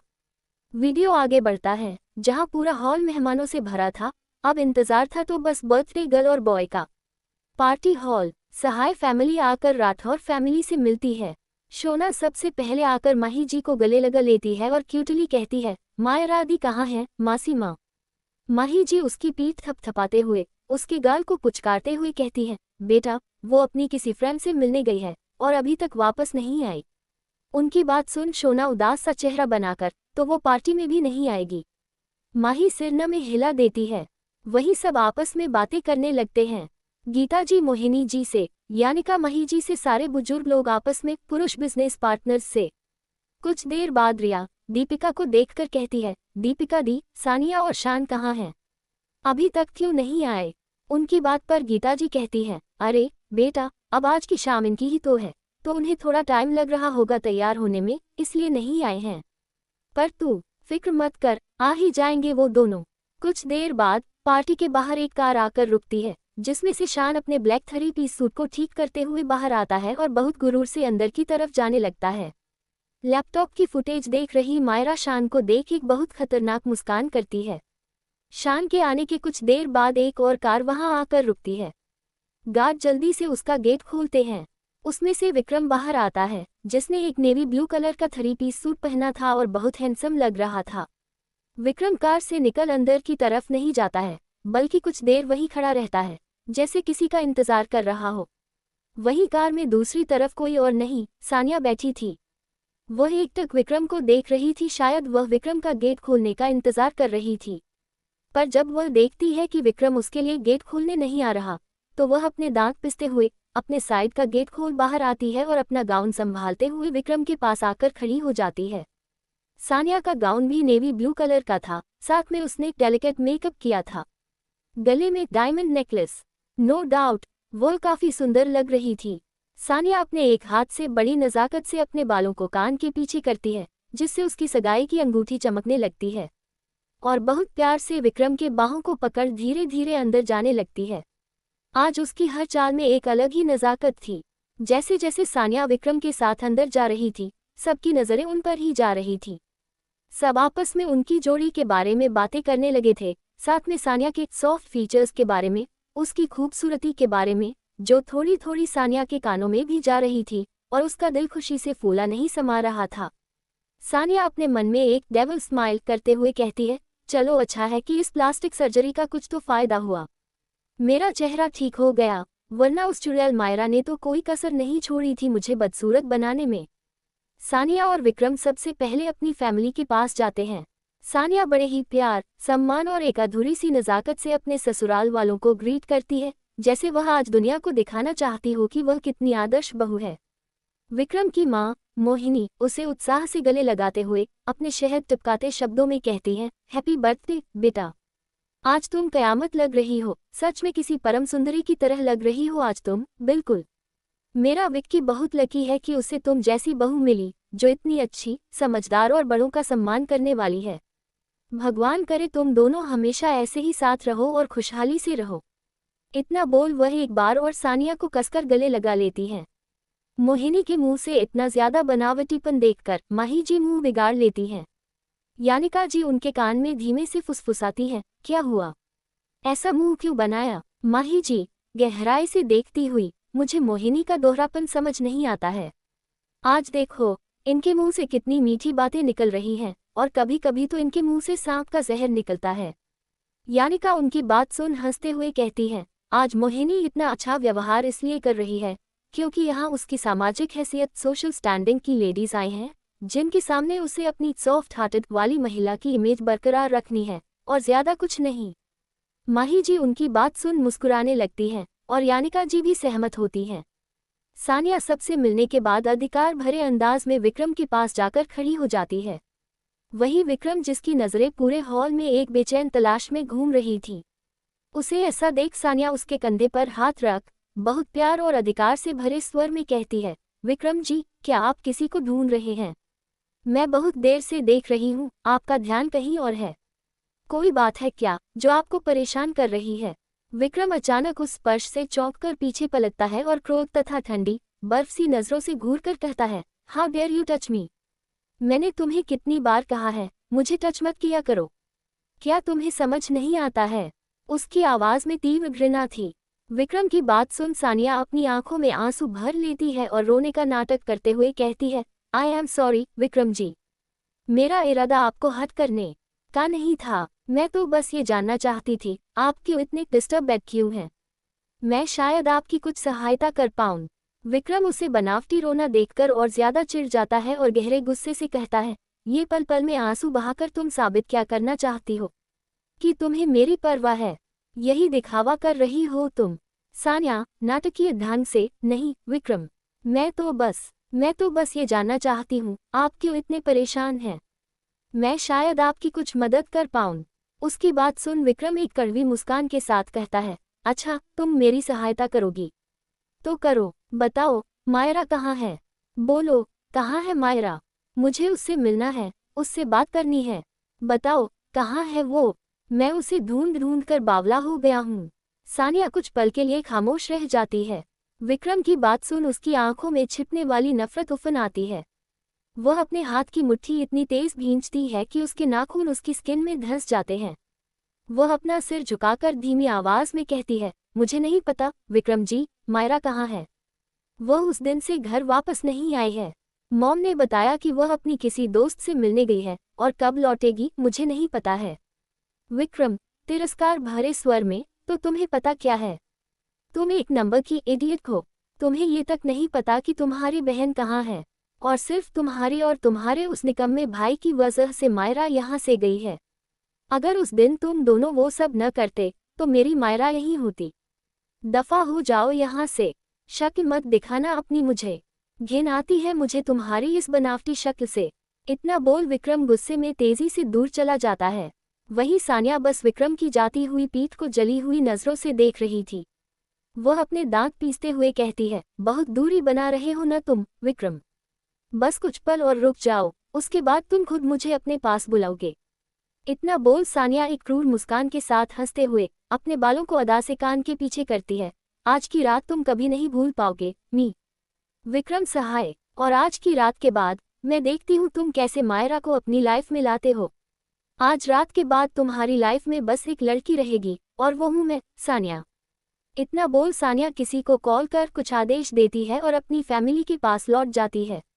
न्यूयॉर्क। मायरा ये सारा नाटकीय दृश्य लैपटॉप पर देख ठंडी नजरों से काशिश को देखकर कहती है, ये आज रात कुछ बड़ा करने वाली है। काशिश गंभीरता से, यस बॉस। सानिया ने ब्लैक मार्केट से एक लव ड्रग मंगवाया है, और मुझे लगता है, मायरा गहरी हंसी के साथ, वो उसे विक्रम को देने वाली है, और ऐसा करके उसे लगता है वो विक्रम को हमेशा के लिए अपना बना लेगी। इतना कह मायरा जोर से हंसते हुए कहती है, वाह अच्छा है। मैं सानिया से इतनी ही ओछी हरकत की उम्मीद कर रही थी कि जरूर ऐसा वैसा कुछ करेगी। काशिश तो, बॉस क्या हम हस्तक्षेप करें इसमें? मायरा उसकी बात सुन उसे घूर कर देखती है, तुम क्या करोगी इसमें? अरे यार, तुम उनकी रात को खराब करने पर तुली हो। जैसे सानिया ने योजना बनाई है, बिल्कुल वैसा ही होगा। हम इसमें कोई रुकावट नहीं डालेंगे। बट हाँ, अब इस धोखाधड़ी भरी रात के बाद, जितना मैं जानती हूँ, ये सुबह जल्दी तो उठ नहीं पाएंगे, तो मैं बस इतना चाहती हूँ, तुम इनकी गुड मॉर्निंग को यादगार बनाओ। क्या कहती हो, काशिश? मायरा काशिश को अपनी एक भान ऊपर उठाकर देखती है। काशिश अपने कंधे उचकाते हुए, निश्चित रूप से, मैम। क्यों नहीं, मुंबई। धीरे धीरे केक कटिंग हो जाती है। पार्टी की वाइब बढ़ने लगती है। कुछ लोग स्टेज पर करने लगते हैं, जिनमें से एक शान भी था, जो बड़े अहंकार में बदल बदल कर लड़कियों के साथ डांस कर रहा था। वहीं सानिया एक कोने में खड़ी विक्रम को जलती नजरों से देख रही थी, क्योंकि विक्रम ने उसके साथ डांस करने से सख्ती से मना कर दिया था। विक्रम जो किसी से कुछ बात कर रहा था, तभी उसके पास एक वेटर आता है और उसे एक खास ड्रिंक देकर चला जाता है, और जाते ही वह सानिया को देखकर आंख मार देता है। वहीं सानिया के चेहरे पर एक विजयी मुस्कान आ जाती है और दूर से विक्रम को ड्रिंक पीते हुए देखने लगती है। कुछ देर में ड्रिंक करके विक्रम को चक्कर आने लगते हैं और उसकी आंखों के आगे अंधेरा छाने लगता है, तो वह अचेत अवस्था में वॉशरूम की तरफ जाता है, पर रास्ते में वही वेटर उसे वहां से संभाल लेता है और होटल की सबसे ऊपरी मंजिल पर बने एक कमरे की तरफ जाने लगता है। कमरे का गेट हल्का सा खुला था। वह इंसान विक्रम को कमरे में लाता है और अपने सामने खड़े इंसान को देख एक क्रूर मुस्कान करने लगता है। सामने कोई और नहीं, सानिया थी, और वह इंसान जो विक्रम को लाया था, वह वही वेटर था, जॉय, जिसने विक्रम को ड्रिंक पिलाई थी। जॉय विक्रम को बिस्तर पर लिटाता है, साइड में सानिया के पास जाता है और उसे दीवार से चिपकाकर चूमने लगता है। एक हाश और डीप किस के बाद दोनों बेकाबू हो जाते हैं और सानिया उस लड़के की गर्दन पर हाथ घुमाते हुए तेज तेज सांसें लेते हुए तीखे स्वर में कहती है, कंट्रोल, जॉय, बेबी। आज की रात तुम्हारी नहीं है, आज की रात तो मेरे और मेरे विक्रम जी की है। इतना बोल सानिया जोर जोर से हंसने लगती है, एक उन्मादी, क्रूर हंसी। वहीं जॉय सानिया की बॉडी पर अपनी बॉडी प्रेस हुए हंस की आवाज में कहता है, आह सानिया, ठीक है, जैसा तुम कहो, और कल की तुम्हारी रात मेरी होगी। सानिया उसके होंठों को चुंबन करते हुए, बिल्कुल। अच्छा, अब तुम निकलो यहाँ से और देखना कोई भी इस फ्लोर पर आने न पाए। उसकी बात पर जॉय वहां से चुपचाप चला जाता है। शान हुआ अरेस्ट। पार्टी हॉल में माहौल अपने चरम पर था। हर कोई जश्न में डूबा था, इसलिए सानिया के जाने पर किसी का ध्यान नहीं गया।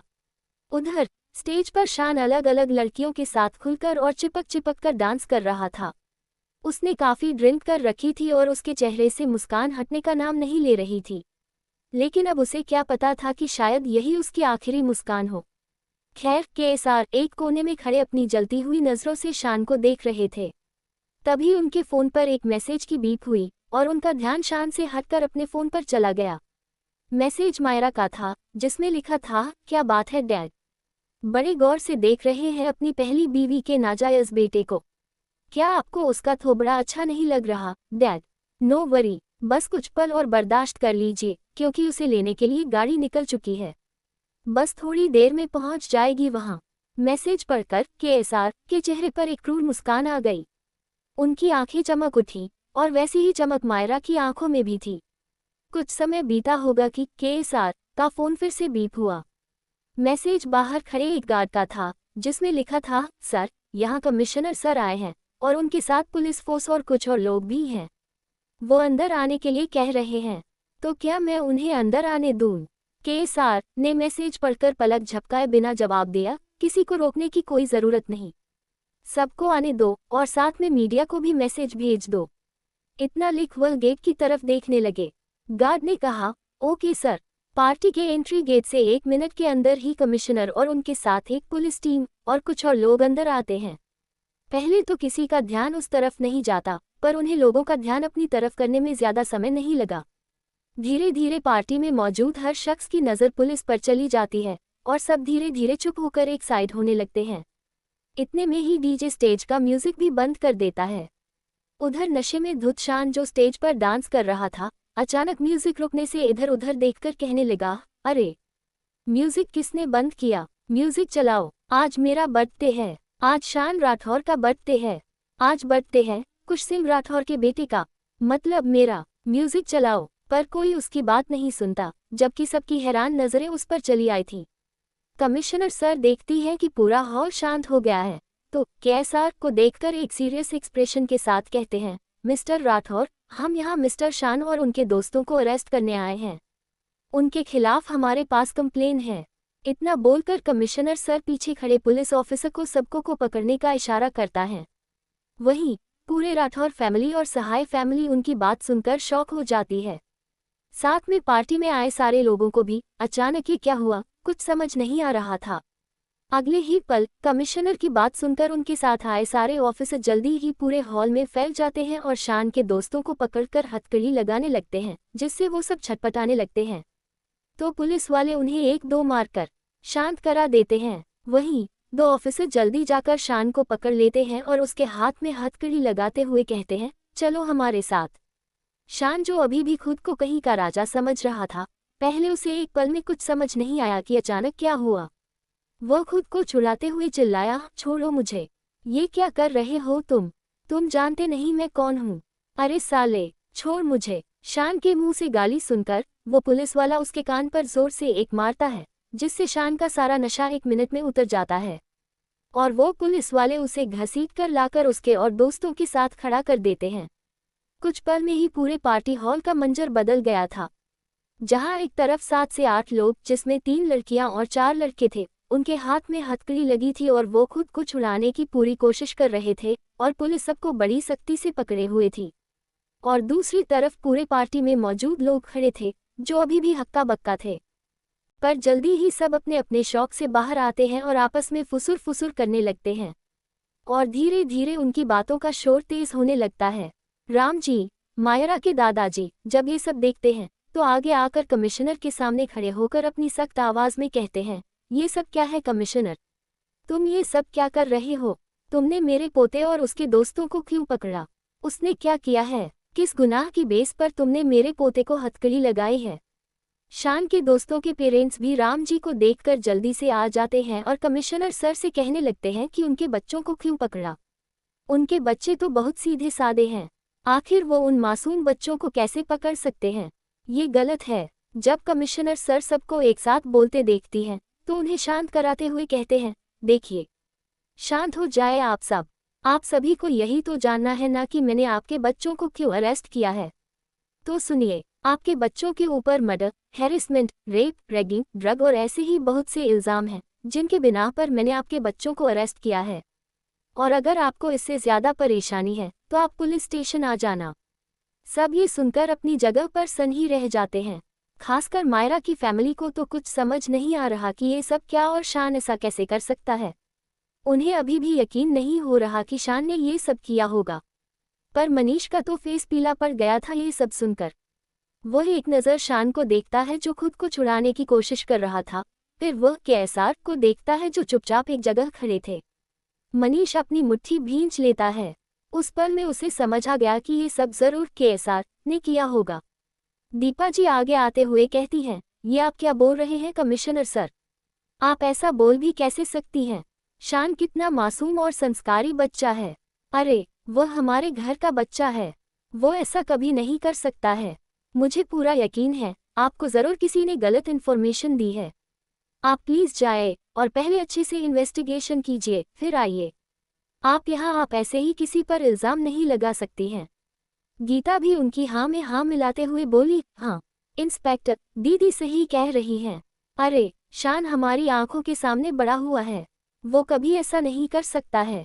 अरे, वह तो लड़कियों की भी बहुत इज्जत करता है, वो घर में सबको बहुत मानता है। आप उस पर रेप, मर्डर जैसे इल्ज़ाम कैसे लगा सकती हैं? शान के फ्रेंड की फैमिली भी अपने अपने बच्चों के लिए बोलने लगती है। वही शान और उसके फ्रेंड्स की तो हालत खराब ही हो गई उन सारे इल्ज़ामों को सुनकर। और जब वो अपनी फैमिली को अपने लिए बोलते देखता है तो उनमें कॉन्फिडेंस आ जाता है। वो सब भी कहने लगते हैं, हमने कुछ नहीं किया मॉम, हमें फंसाया जा रहा है डैड। बच्चों, हमें किसी ने जानबूझकर फंसाया है। अरे, सब इसलिए जलते हैं कि मैं कुश सिंह राठौर का बेटा हूँ, इसलिए किसी ने अपनी दुश्मनी मुझसे निकाली है। शान की फ्रेंड, हाँ, हमने कुछ नहीं किया, हम सच कह रहे हैं। अरे, हम तो सारी लड़कियों की बहुत इज्जत करते हैं और हम ड्रग तो आज देखे भी नहीं। शान केएसआर को देखकर, डैड डैड बोलिए ना इनसे, ये हमें छोड़ दें, मैंने कुछ नहीं किया डैड, प्लीज़ मेरी बात का भरोसा कीजिए डैड, मैं इनोसेंट हूँ, ये सब मिले हुए हैं, कोई आपके कमज़ोर बनने के लिए मुझे फंसा रहा है डैड। अरे, आपको तो पता है मैं ऐसा कभी नहीं करता, आप कुछ बोलो ना। मनीष भी कमिश्नर को देखकर बोलता है, देखिए सर, मुझे लगता है कि आपको ज़रूर कोई गलतफहमी हुई है। शान कुश भाई का बेटा है और आपको क्या लगा है कि कुश भाई का बेटा ऐसा कुछ कर सकता है? मनीष की बात सुनकर केएसआर अपनी मुट्ठी भींच लेते। वही कमिश्नर सर मनीष को देखकर कहती हैं, देखिए मिस्टर राठौर, हमें फर्क नहीं पड़ता कौन किसका बेटा है और कौन किसकी बेटी, समझे आप? हमारे लिए क्राइम का मतलब क्राइम और क्रिमिनल का मतलब क्रिमिनल होता है। मनीष उनकी बात सुनकर चुपचाप अपने दांत पीसकर रह जाता है। फिर कमिश्नर सबको देखकर कहती हैं, आप सबको लगता है कि आपके बच्चे बहुत मासूम हैं, उन्होंने कुछ नहीं किया, तो मैं आपको बता देता हूँ। मेरे पास आपके बच्चों की करतूतों के सारे सबूत हैं। मेरे पास लिखित 50 से भी ज़्यादा कंप्लेन हैं, ये देखिए। इतना कहकर वह कंप्लेन राठौर फैमिली और शान के फ्रेंड की फैमिली को दे देती हैं। कमिश्नर, और इतना ही नहीं, आपके ये मासूम बच्चे कॉलेज में पढ़ने वाली सीधी सादी लड़कियों का रेप करते हैं, उनकी रैगिंग करते हैं, फिर उनकी वीडियो निकालकर उन्हें ब्लैकमेल करते हैं, और जो लड़की इनकी बात नहीं मानती उन्हें ये सब मिलकर मार देते हैं, और कुछ तो खुद सुसाइड कर लेती हैं। और सीधे सादे कमज़ोर लड़कों को ये लड़कियां परेशान करती हैं, फिर उन्हें धमकाती हैं कि अगर वो उनकी बात नहीं मानेंगे तो ये उनके ऊपर हैरेसमेंट का केस कर देगी, उनकी लाइफ बर्बाद कर देगी। इतना बोलकर कमिश्नर रुकते हैं। फिर सबको एक गुस्से भरी नज़र से देखकर कहती हैं, अभी तक 20 से ज़्यादा लड़कियों और लड़कों ने सुसाइड किया है आपके इन घटिया बच्चों की वजह से, और 8 से 10 लोगों को आपके बच्चों ने मार दिया है। ये लोग कॉलेज में ड्रग रैकेट चलाते हैं और ये सारे ड्रग एडिक्ट हैं। अभी तो हमें इतने ही सबूत मिले हैं और न जाने क्या क्या किया होगा आपके इन मासूम बच्चों ने। बोलिए, क्या ये अभी भी मासूम हैं? जवाब दीजिए। ये जो आप मेरे पीछे लड़कियों को देख रहे हैं, ये सब शिकार हैं आपके बच्चों के। अरे, आपको तो शर्म आनी चाहिए कि आपके बच्चे ऐसे हैं। इतना कहकर कमिश्नर शांत हो जाते हैं, पर उनकी आंखों की आग अभी भी बोल रही थी। केएसआर का फ्यूटा गुस्सा थी, उन्होंने अपने मुंह पर हाथ रख लिए। उन्हें यकीन नहीं हो रहा था कि उनके बच्चे इतनी घिनौनी हरकत कर सकते हैं। वे सब गहरे सदमे में थे। दूसरी ओर शान और उसके दोस्त सबकी घृणा और गुस्से भरी नज़रों को खुद पर महसूस करके डर से कांपने लगे। सबके चेहरे का रंग उड़ गया, पीले पड़ गए। वे हड़बड़ाकर एक दूसरे पर दोष मलते हुए चिल्लाने लगे, हमने कुछ नहीं किया, ये सब झूठ बोल रहे हैं, हमारा यकीन कीजिए, हम मासूम हैं, हमें बचा लीजिए। लेकिन इससे पहले कि वे अपनी सफाई में और कोई झूठ बोल पाते, कमिश्नर के साथ आए लड़कियों में से एक तूफान की तरह शान के सामने आए और खींचकर उसे एक जोरदार तमाचा जड़ दिया। वह चीखते हुए बोली, छी, तुम्हें शर्म नहीं आती? क्या तुम अब भी झूठ बोल रहे हो? कुछ तो शर्म करो। तुम्हारी भी बहन है, माँ है, दादी है, फिर भी तुम अपनी बेशर्मी दिखा रहे हो। अगर तुम्हारी जगह कोई और होता तो अब तक चुल्लू भर पानी में डूब मरता। इतनी सारी जिंदगियां बर्बाद करने के बाद भी तुम कह रहे हो कुछ नहीं किया। अब तो मान लो तुमने कितने गुनाह किए हैं। शान उस थप्पड़ और अपमान से बौखला उठा। जलते हुए गुस्से से उसने चिल्लाकर कहा, साली, तेरी हिम्मत कैसे हुई मुझे छूने की? तू जानती नहीं मैं कौन हूँ? मैं शान राठौर हूँ। तेरा क्या हाल करूँगा तू सोच भी नहीं सकती। तू है कौन बता? थी उन्होंने अपने मुंह पर हाथ रख लिए। उन्हें यकीन नहीं हो रहा था कि उनके बच्चे इतनी घिनौनी हरकत कर सकते हैं। वे सब गहरे सदमे में थे। दूसरी ओर शान और उसके दोस्त सबकी घृणा और गुस्से भरी नजरों को खुद पर महसूस करके डर से कांपने लगे। सबके चेहरे का रंग उड़ गया, पीले पड़ गए। वे हड़बड़ाकर एक दूसरे पर दोष मलते हुए चिल्लाने लगे, हमने कुछ नहीं किया। ये सब झूठ बोल रहे हैं। हमारा यकीन कीजिए, हम मासूम हैं, हमें बचा लीजिए। लेकिन इससे पहले कि वे अपनी सफाई में और कोई झूठ बोल पाते, कमिश्नर के साथ आए लड़कियों में से एक तूफान की तरह शान के सामने आए और खींचकर उसे एक जोरदार तमाचा जड़ दिया। वह चीखते हुए बोली, छी, तुम्हें शर्म नहीं आती? क्या तुम अब भी झूठ बोल रहे हो? कुछ तो शर्म करो। तुम्हारी भी बहन है, माँ है, दादी है, फिर भी तुम अपनी बेशर्मी दिखा रहे हो। अगर तुम्हारी जगह कोई और होता तो अब तक चुल्लू भर पानी में डूब मरता। इतनी सारी जिंदगियां बर्बाद करने के बाद भी तुम कह रहे हो कुछ नहीं किया। अब तो मान लो तुमने कितने गुनाह किए हैं। शान उस थप्पड़ और अपमान से बौखला उठा। जलते हुए गुस्से से उसने चिल्लाकर कहा, साली, तेरी हिम्मत कैसे हुई मुझे छूने की? तू जानती नहीं मैं कौन हूँ? मैं शान राठौर हूँ। तेरा क्या हाल करूँगा तू सोच भी नहीं सकती। तू है कौन बता? तुझे कितने पैसे चाहिए? मुझे पता है तू ये सब पैसे के लिए कर रही है। बता, किसने भेजा है तुझे? बोल, कौन है तू? शान की बात सुनकर उस लड़की ने अपने चेहरे से मास्क हटा दिया और उसकी ओर देखते हुए बोली, देख, मैं कौन हूँ? पहचाना? मैं वही जिसकी बहन को तूने और तेरे दोस्तों ने मिलकर। इतना बोलते ही उसका गला रुंध जाता है, आंखों में आंसू भर आते हैं। साथ आए लड़की ने उसे सहारा देती है। फिर खुद को संभालकर वह लड़की अपने आंसू पोंछती है और गुस्से से तमतमाते हुए कहती है, जब तेरा और तेरे दोस्तों का मन मेरी बहन के साथ वो सब करके नहीं भरा तो तुम सबने उसकी वीडियो बनाए और उसे ब्लैकमेल करने लगे। और आखिर में मेरी बेचारी मासूम बहन जब तुम्हारा टॉर्चर और नहीं सह पाई तो उसने अपनी नस काट ली। तुम सबकी वजह से मैंने अपनी बहन को खोया। पता है मेरी फैमिली कितना प्यार करती थी उससे, जान थी वो हमारी, और तूने उसकी जिंदगी यही खत्म कर दी। इतना कहकर वह लड़की फूट फूट कर रोने लगती है। शान के सारे दोस्त ये सुनकर डर के मारे कांप उठते, कुछ तो रोने लगते, पर शान, जो शायद सबसे ज्यादा घटिया और बेशर्म था, उस लड़की की बात सुनकर भी पुलिस वालों के हाथों से छूटते हुए बोला, ये लड़की बकवास कर रही है। दादी, ये सब झूठ है, मैं इसे जानता तक नहीं। ये सब बस पैसों के लिए कर रही है। छोटी माँ, आप तो मुझ पर यकीन है ना? भरोसा कीजिए, मैं सच बोल रहा हूँ। ये लड़की झूठी है। जब शान की बात सुनकर भी किसी ने ज्यादा प्रतिक्रिया नहीं दी तो वह गुस्से में उस लड़की को गाली देते हुए चिल्लाया, बीच, तुझे कितना पैसा चाहिए? बोल, क्या कीमत है तेरी? एक बार मुझे छूटने दे, फिर देख मैं तेरी क्या हालत करता हूँ। तुम सबने अच्छा नहीं किया मुझे फंसाकर। मैं किसी को नहीं छोड़ूंगा तुम सबको। वह बस इतना ही बोल पाता क्योंकि केएसआर ने जब उसे हद पार करते देखा, उन्होंने तेजी से आगे बढ़कर उसे खींचकर एक करारा तमाचा मारा। तमाचा इतना जोरदार था कि शान का पूरा शरीर हिल गया और वह पुलिस वालों के हाथों से छूटकर धड़ाम से जमीन पर गिरा। उसके होंठों से खून रिसने लगा, लेकिन कोई कुछ समझ पाता। इससे पहले ही कमिश्नर के साथ आई सारी लड़कियां एक साथ शान और उसके दोस्तों पर बाघिन की तरह टूट पड़ी और उन्हें बुरी तरह पीटा। पुलिस भी उन्हें नहीं रोक पाई। उनके माता पिता अपने बच्चों को बचाने के लिए आगे बढ़े, पर पुलिस वालों ने उन्हें रोक दिया। सारी लड़कियों ने मिलकर उन सबकी हालत खराब कर दी। कुछ देर बाद लेडी कांस्टेबल ने जोर जबरदस्ती से लड़कियों को उनसे दूर किया। शान और उसके दोस्तों की शक्ल पहचान में नहीं आ रही थी। सबसे ज्यादा शान के तो कपड़े फटे थे, सबके चेहरे पर कालिक पुती थी और उनमें से कोई खड़ा तक नहीं हो पा रहा था। पुलिस ऑफिसर ने उन्हें जैसे तैसे खड़ा किया। कमिश्नर ने सबको देखा और गंभीर, कठोर आवाज में कहा, मैं इन सब की गिरफ्तारी कर रहा हूँ। और अगर किसी को कोई समस्या है तो पुलिस स्टेशन आ जाना। और अगर आप सब में जरा भी शर्म बची है तो भूल जाना कि इनमें से कोई आपकी औलाद है। चलता हूँ, केएसआर राठौर। इतना कहकर कमिश्नर सीनियर केएसआर से विदा लेकर उन सबको घसीटते हुए वहां से चले जाते हैं।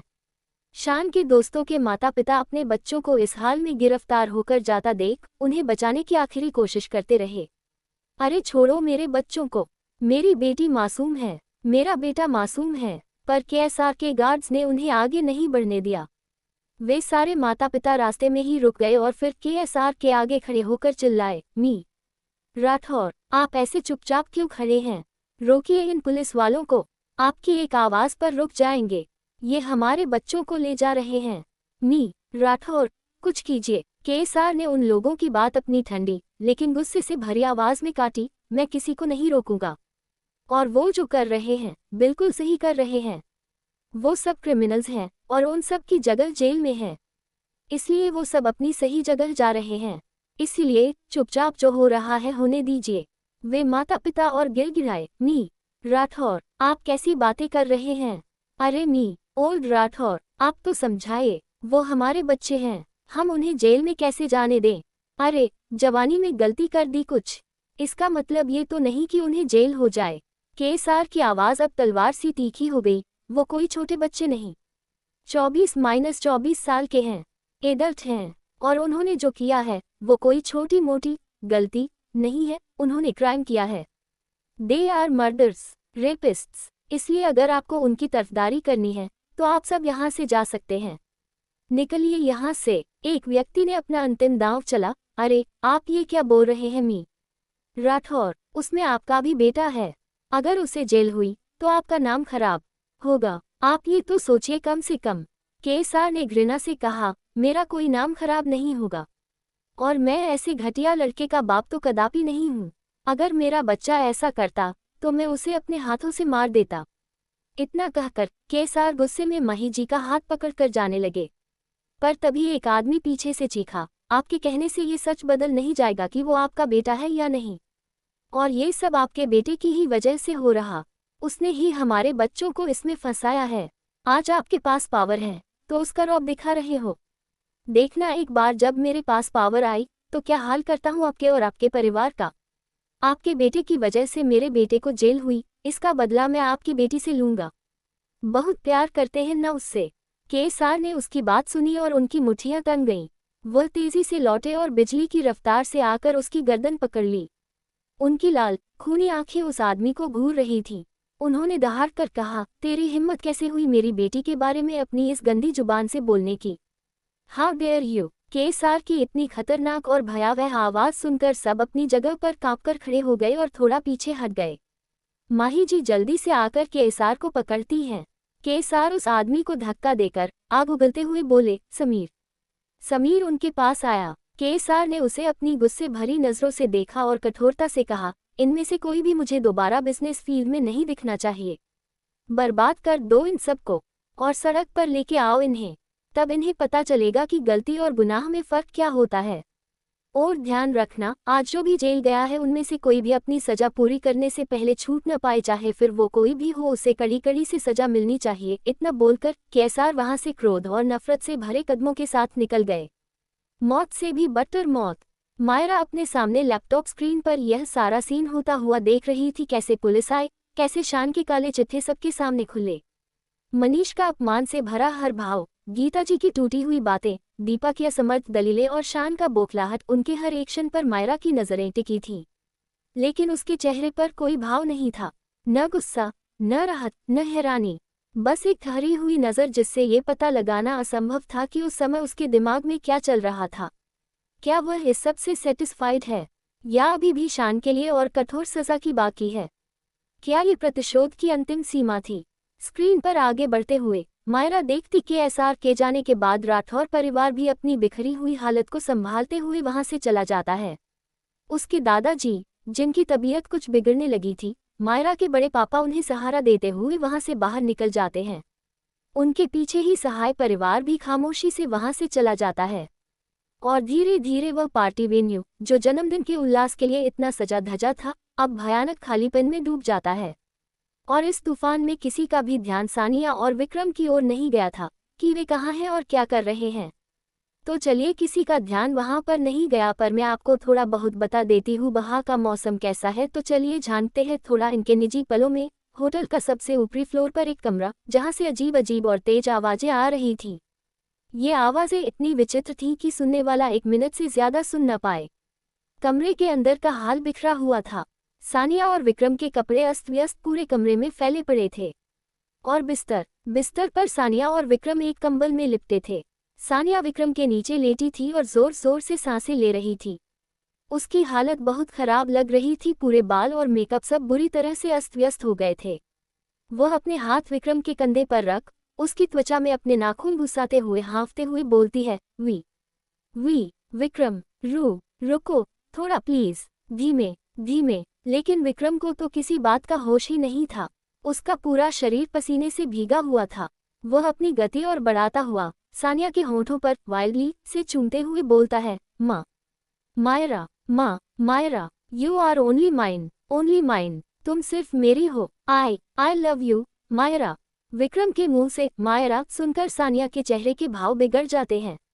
नफरत उसके चेहरे पर साफ झलकती है। वह गुस्से में विक्रम के बालों को जोर से पकड़ते हुए बोलती है, मैं मायरा नहीं, सानिया हूँ। सानिया, आंखें खोलो, देखो तुम किसके साथ हो। तुम सानिया के साथ हो। पर विक्रम तो बस अपने जुनून में था। वह अपनी स्पीड को और बढ़ा देता है, जिससे सानिया की चीखें निकलकर उस कमरे की दीवारों से टकराती हैं। न्यूयॉर्क पार्टी हॉल खाली होने के बाद काशिश लैपटॉप पर चल रही वीडियो को रोक देती है और मायरा की तरफ देखती है, जो वीडियो रुकने के बाद भी टकटकी लगाकर वहीं देख रही थी। उसे ऐसे देख काशिश को कुछ समझ नहीं आता। अभियान भी मायरा को घूरते हुए नोटिस करता है कि मायरा का ध्यान शायद कहीं और है। वो धीरे से उसके हाथ पर हाथ रख कोमल स्वर में बोलता है, हे जान, क्या तुम्हें आर यू ऑल राइट, कहाँ खोई हो तुम। अभियान की बात सुन मायरा अचानक अपने होश में आती है। वह एक गहरी सांस भरकर अपनी आंखें झपकाते हुए कहती है, कुछ नहीं, बस ऐसे ही। फिर वह काशिश को देखकर बोलती है, उन लड़कियों का और उन विक्टिम्स का क्या हुआ। काशिश ने मायरा की आंखों में उठते सवाल को समझ लिया था। वो धीमे स्वर में बोलने लगी, जितने भी लड़के और लड़कियां जो इन दरिंदों के शिकार हुए हैं, उन सबकी फैमिली और उनका सारा खर्चा आज से हमारी कंपनी उठा रही है। केएसआर ने उन्हें अपनी कंपनी में नौकरी दे दी है और आरडी पर मैंने उन सब के लिए बेस्ट साइकाइट्रिस्ट्स और डॉक्टरों की व्यवस्था करवा दी है, ताकि जो भी पीड़ित अभी तक इस ट्रॉमा से नहीं निकल पाए हैं, वे उनकी मदद से जल्द उबर सकें। सारी वीडियो पूरी तरह डिलीट हो चुकी है और किसी भी विक्टिम या उनके परिवार का चेहरा अब सामने नहीं आएगा, ताकि वो अपनी आगे की जिंदगी बिना किसी डर के जी सकें। मायरा, जिसका सिर अब तक थोड़ा झुका हुआ था, फोन को उंगलियों में घुमाते हुए ठंडी आवाज में बोली, ठीक है, अच्छा काम किया, और उस शान और उसके दोस्तों का खास ख्याल रखना जेल में। मैं जल्दी ही उससे मिलने जाने वाली हूँ। थोड़ा रुककर मायरा आगे बोलती है, तारांकन, मेरा एक पार्सल आने वाला है कल, तो उसे तुम कलेक्ट कर लेना।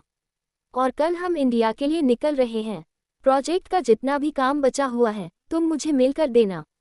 काशिश उसकी बात सुन सिर हिलाया, तारांकन, ओक बॉस, आप फिक्र मत कीजिए, शान का खास ख्याल रखा जाएगा। वहाँ सारे आदमी हमारे ही हैं, इसलिए आपको चिंता करने की जरूरत नहीं है और उसका वहाँ से बाहर आने का कोई चांस नहीं है। पर बॉस, प्रोजेक्ट का काम तो अभी बहुत बचा है, इतनी जल्दी इंडिया जाना। इतना बोल वह हिचकिचा जाती है। मायरा उसकी बात पर बिना किसी भाव के क्रूर आवाज में एक शैतानी चमक के साथ, हम अब इंडिया जाने का समय आ गया है और अब कुछ नए मेहमान हमसे मिलने आने वाले हैं, तो उनके स्वागत के लिए हमें वहां होना जरूरी है। और अब इस कहानी के सबसे बड़े राज से पर्दा भी हटाना है, तो बस तैयारी करो अगले धमाके की, जल्दी ही एक और अध्याय खत्म। इतना बोल मायरा भयानक तरीके से मुस्कुराने लगती है। काशिश और अभियान दोनों को ही मायरा की बात सुन कुछ समझ तो नहीं आता, पर वे दोनों ही इतना समझ जाते हैं कि आज जो हुआ, मायरा ने उससे भी बड़ा कुछ सोच रखा है। सारी बातें डिस्कस होने के बाद काशिश वहां से चली जाती है। काशिश के जाने के बाद मायरा अपना सिर सोफे से टिकाकर बैठ जाती है और आंखें बंद कर लेती है। उसे ऐसा देख अभियान अपना लैपटॉप एक तरफ कर देता है। वह मायरा का सिर अपने कंधे पर रख लेता है और उसके सिर को हल्के हल्के सहलाने लगता है।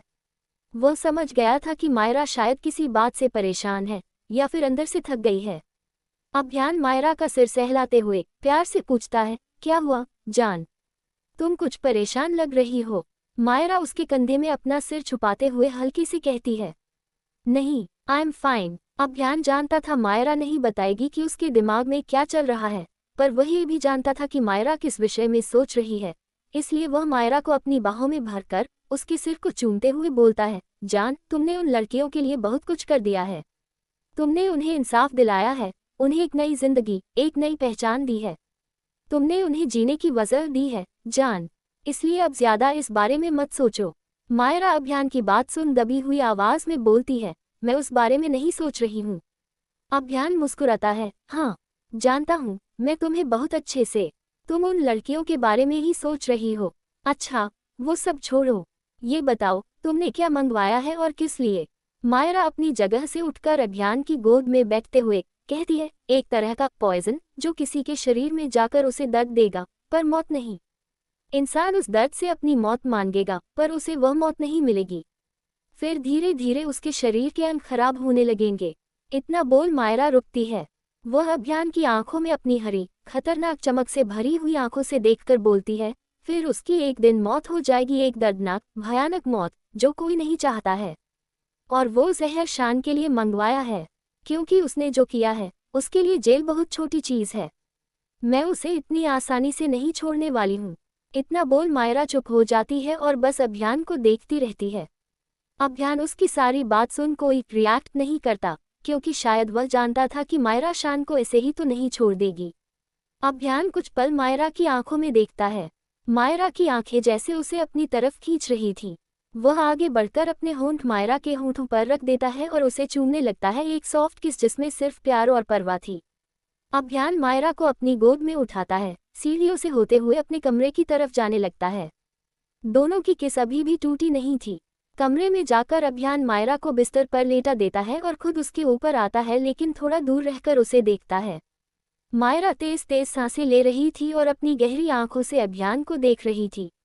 अभियान मायरा के माथे पर किस करता है और उसके साइड में लेट उसे अपने ऊपर ले लेता है और हल्के हल्के उसके सिर को सहलाने लगता है। मायरा उसके स्पर्श से हल्का सा मुस्कुरा देती है, उसके सीने में चेहरा छुपाकर आंखें बंद कर लेती है और अभियान उसे सुकून में पाकर खुद भी सो जाता है। सानिया की हालत खराब। अगला दिन मुंबई, वह होटल जहां कल रात शान की विनाशकारी पार्टी आयोजित की गई थी और जहां से कान फाड़ देने वाली अश्लील आवाजें आ रही थी, तो हम सीधे उसी कमरे में आते हैं। कमरे के अंदर सफेद कंबल में लिपटे दो निढाल जिस्म सो रहे थे। दोनों के चेहरों पर अत्यधिक थकावट थी, जैसे उन्होंने रात भर न जाने कौन सा थका देने वाला काम किया हो। खैर, काम तो किया ही था, बस वो निजी काम था। सुबह के 10 बज चुके थे। खिड़की से सूर्य की क्रूर रोशनी कमरे में झांक रही थी, पर बिस्तर पर सो रहे सानिया और विक्रम को तो जैसे होश ही नहीं था। तभी उनकी नींद में खलल डालते हुए सानिया का फोन और विक्रम का फोन एक साथ बज उठता है। पहले तो दोनों में कोई हलचल नहीं होती, पर लगातार फोन की घंटी की वजह से विक्रम की नींद टूट जाती है। वह नींद में ही अपना हाथ इधर उधर फोन ढूंढने के लिए मारता है, पर उसका हाथ फोन पर नहीं बल्कि सानिया के नेकेड बॉडी पर चला जाता है। पहले तो उसे कुछ समझ नहीं आता कि यह क्या है, पर फोन की रिंगटोन दोबारा बजती है, जिससे भयंकर खींचकर आखिर में विक्रम अपनी आंखें खोलता है। उसका सिर असहनीय दर्द से फटा जा रहा था। एक जबरदस्त पीड़ा उसे अपने सिर में महसूस हुई, जिसकी वजह से वह अपनी आंखें भी ठीक से नहीं खोल पा रहा था। जैसे तैसे विक्रम थोड़ा सा उठकर बैठा। वह बिस्तर के पास पड़े फोन को उठाकर कान पर लगा लेता है और अपनी भारी, खराब आवाज में बोलता है, हेलो। सामने से विक्रम की आवाज सुन चुप्पी छा जाती है और फिर बिना कुछ बोले कॉल कट जाती है। फोन कॉल कटा देख वह उसे अपने कान से हटाकर अजीब नजरों से देखते हुए बोलता है, ये क्या था? इतनी देर से फोन बजे जा रहा है और जब मैंने उठाया तो कॉल ही काट दी। लेकिन अचानक उसकी नज़र अपने हाथ में पकड़े फोन पर पड़ती है और वह कंफ्यूज्ड होकर बोलता है, पर ये किसका फोन है? ये मेरा फोन तो नहीं है। इतना बोल वह फोन छोड़ अपना हाथ अपने सिर पर रख लेता है और अपनी आंखें बंद करते हुए कराहता है, आह, मेरा सिर इतना दर्द क्यों कर रहा है, आह। विक्रम की नज़र अभी तक सानिया या खुद पर नहीं गई थी, क्योंकि सानिया बिस्तर के बिल्कुल दूसरे कोने में बेजान सी लेटी थी, उसकी पूरी बॉडी पर कंबल था। विक्रम अपना सिर दोनों हाथों से पकड़कर कमरे को देखता है, जिससे उसकी भान सिकुड़ जाती है। उसके चेहरे के भाव गंभीर हो जाते हैं। मैं कहाँ हूँ और ये किसका कमरा है? लेकिन अचानक उसे कुछ याद आता है। वह झटके से खुद को देखता है और बिना कपड़ों के देखकर विक्रम की आंखें खतरनाक हो जाती हैं। उसके जबड़े कसकर भिंच जाते हैं। वह गुस्से में बोलता है, इसका मतलब कल रात जो कुछ भी मैंने मायरा के साथ किया वो सिर्फ सपना नहीं था, सच। मैंने किसी के साथ सेक्स किया। पर ये सब कैसे? और मुझे कुछ ठीक से याद क्यों नहीं है? कल मैंने एक ड्रिंक पी, उसके बाद जब मैंने आंखें खोली तो मेरे सामने एक लड़की थी जो मेरे करीब आ रही थी। और आई थिंक उस ड्रिंक में ड्रग था जिससे मैं खुद को कंट्रोल नहीं कर पाया। कल के बारे में सोच विक्रम की आंखें गुस्से में लाल हो जाती हैं। वह अपना हाथ जोर से बिस्तर पर मारकर कहता है, shit shit shit, how could I do that? मैं विक्रम सहाय कैसे किसी के जाल में फंस सकता हूँ? छोड़ूंगा नहीं मैं उसे, जिसने भी कल रात मेरे साथ ही सब किया। I will kill him. Vikram की चीखें कमरे की दीवारों से टकरा रही थी। वही बिस्तर के दूसरे कोने में बेहोशी की हालत में लेटी सानिया विक्रम का चिल्लाना सुन करवट लेती है, जिससे उसके शरीर से कंबल सरक जाता है और उसकी खुली पीठ विक्रम के सामने दिखाई देने लगती है। विक्रम, जिसका ध्यान अब जाकर सानिया के ऊपर गया, उसे अभी भी नहीं पता था कि कल रात उसके साथ सोने वाली लड़की कौन थी। सानिया की खुली पीठ ही बस विक्रम के सामने दिख रही थी, जिसे देख विक्रम गुस्से में अपनी मुठ्ठियां भींच लेता है। उसकी आंखें आग उगल रही थीं, जैसे वह अपनी आंखों से सानिया को मार देना चाहता हो। विक्रम अपनी जगह से उठकर अपने कपड़े पहनता है और क्रोध में बिस्तर के पास रखा पानी से भरा जग उठाता है और उसे सीधे सानिया के ऊपर मारता है। अपने ऊपर ठंडा पानी पड़ने से गहरी नींद में सोई सानिया हड़बड़ा जाती है और जल्दी से उठकर बैठ जाती है, जिससे उसका चेहरा विक्रम के सामने आ जाता है। विक्रम, जिसने नहीं सोचा था कि वह सानिया होगी, वह थोड़ा सन रह जाता है, पर जल्दी ही वह शौक एक दैवीय क्रोध में बदल जाता है। वह एक जोरदार थप्पड़ सानिया के गाल पर मारता है। सानिया, जो अभी तक पानी के वार से अपना होश नहीं संभाल पाई थी, थप्पड़ पड़ने से बिस्तर से नीचे गिर जाती है और एक दर्द भरी चीख निकल जाती है। विक्रम अपने घुटनों पर बैठ अपनी गुस्से और नफरत में लाल आंखों से सानिया को देख उसके बालों को पीछे से मुट्ठी में भरकर क्रोध से कहता है, how dare you do this to me? तुम्हारी हिम्मत कैसे हुई मुझे ड्रग देने की, मुझे जाल में फंसाने की? तुम्हारी हिम्मत कैसे हुई? जवाब दो। विक्रम चीखता है। उसकी आवाज़ होटल की दीवारों में गूंज जाती है। सानिया, जो अब भी अपनी हालत को संभालने की कोशिश कर रही थी, विक्रम की गुस्से से कांपती आवाज़ उसके कानों में गूंज रही थी। वो जानती थी अब उसे कुछ कहना होगा। ये सानिया थी और उसे पता था कि उसे आगे क्या करना है। मासूमियत का ढोंग। वो दर्द में कराहते हुए विक्रम के हाथों से अपने बालों को छुड़ाकर सिसकते हुए बोलती है, विक्रम जी, आप ये क्या कर रहे हैं? प्लीज छोड़ दीजिए मुझे। मैंने क्या किया है? मुझे छोड़ दीजिए। मुझे कुछ समझ नहीं आ रहा है आप क्या कह रहे हैं। विक्रम, बहुत दर्द हो रहा है, प्लीज छोड़ दीजिए। पर विक्रम पर उसकी बातों का कोई असर नहीं होता। वह उसके बालों को और जोर से अपनी मुट्ठी में भींचते हुए उसके चेहरे को अपने पास करके लोहे सी सख्त आवाज में कहता है, इस मासूम शक्ल से तुम अपनी फैमिली को बेवकूफ बना सकती हो, मुझे नहीं। समझी? मैं तुम्हारी इन चिकनी चुपड़ी बातों में नहीं आ सकता। बस ये ड्रामा बंद करो और बताओ तुमने मुझे कल ड्रग क्यों दिया? तुम्हारी हिम्मत कैसे हुई मेरे साथ ऐसा करने की? बोलो। सानिया अब सिसकियों में टूट रही थी, अपने शरीर को अपने हाथों से छिपाते हुए। विक्रम, मैंने कुछ नहीं किया, प्लीज मुझे छोड़ दीजिए। विक्रम, मैं सच कह रही हूँ। मुझे नहीं पता आप किस बारे में बात कर रहे हैं। मैं क्यों आपको ड्रग दूंगी? मैं आपसे प्यार करती हूँ। प्लीज विक्रम जी, मेरा भरोसा कीजिए। मैंने आपको कोई ड्रग नहीं दिया। मैंने आपके साथ कुछ नहीं किया, बल्कि जो किया आपने किया मेरे साथ। हालत देखिए मेरी। क्या आपको लगता है मैं जानबूझकर ड्रग दूंगी इसलिए कि आप मेरी ऐसी हालत कर दें? मैंने कुछ नहीं किया है, सच में। इतना बोल सानिया फूट फूट कर रोने लगती है। सानिया की बात सुन विक्रम की नज़र अचानक सानिया पर जाती है। उसका पूरा शरीर विक्रम के सामने एक्सपोज्ड थी, जिस पर एक भी कपड़ा नहीं था। उसके शरीर की हालत बिल्कुल ठीक नहीं लग रही थी। पूरे शरीर पर नोचने और काटने के गहरे निशान थे, जैसे किसी भूखे जानवर ने उसे नोचा हो। किसी निशान से खून भी जमा था। विक्रम सानिया को ऊपर से नीचे तक देखता है। एक पल के लिए उसके जबड़े ढीले पड़ते हैं और वह सदमे में बालों को छोड़ दो कदम पीछे हट जाता है और सानिया को घूरकर देखने लगता है। सानिया विक्रम के छोड़ते ही बिस्तर पर पड़ी चादर को अपने ऊपर कसकर खींच लेती है और दुबककर कोने में बैठी रहती है और फूट फूट कर रोने लगती है।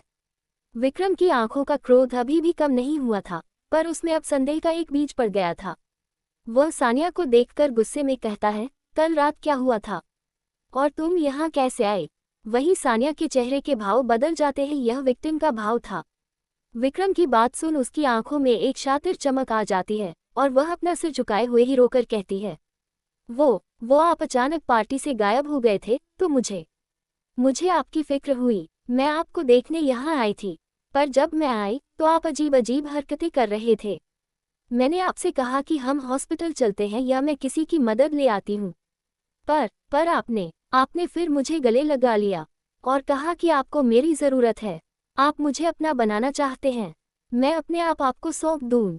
सानिया ने अपनी आवाज़ को और भी ज़्यादा दयनीय बना दिया।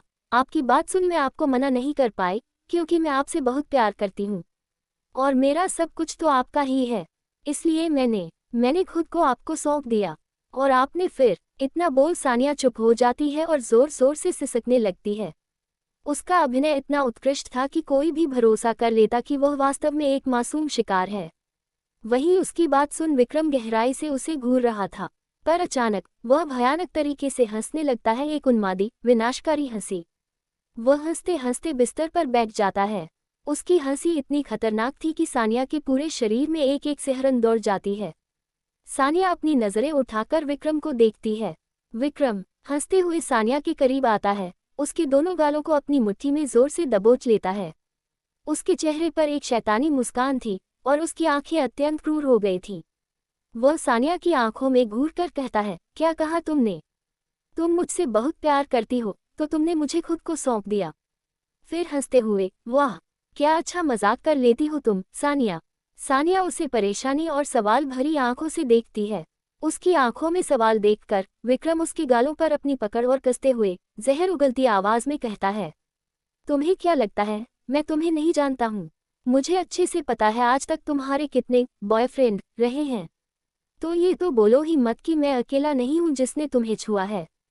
तुम्हारी ये मासूमियत, ये सिर्फ एक नकाब है। काफी अच्छी एक्टिंग कर लेती हो तुम।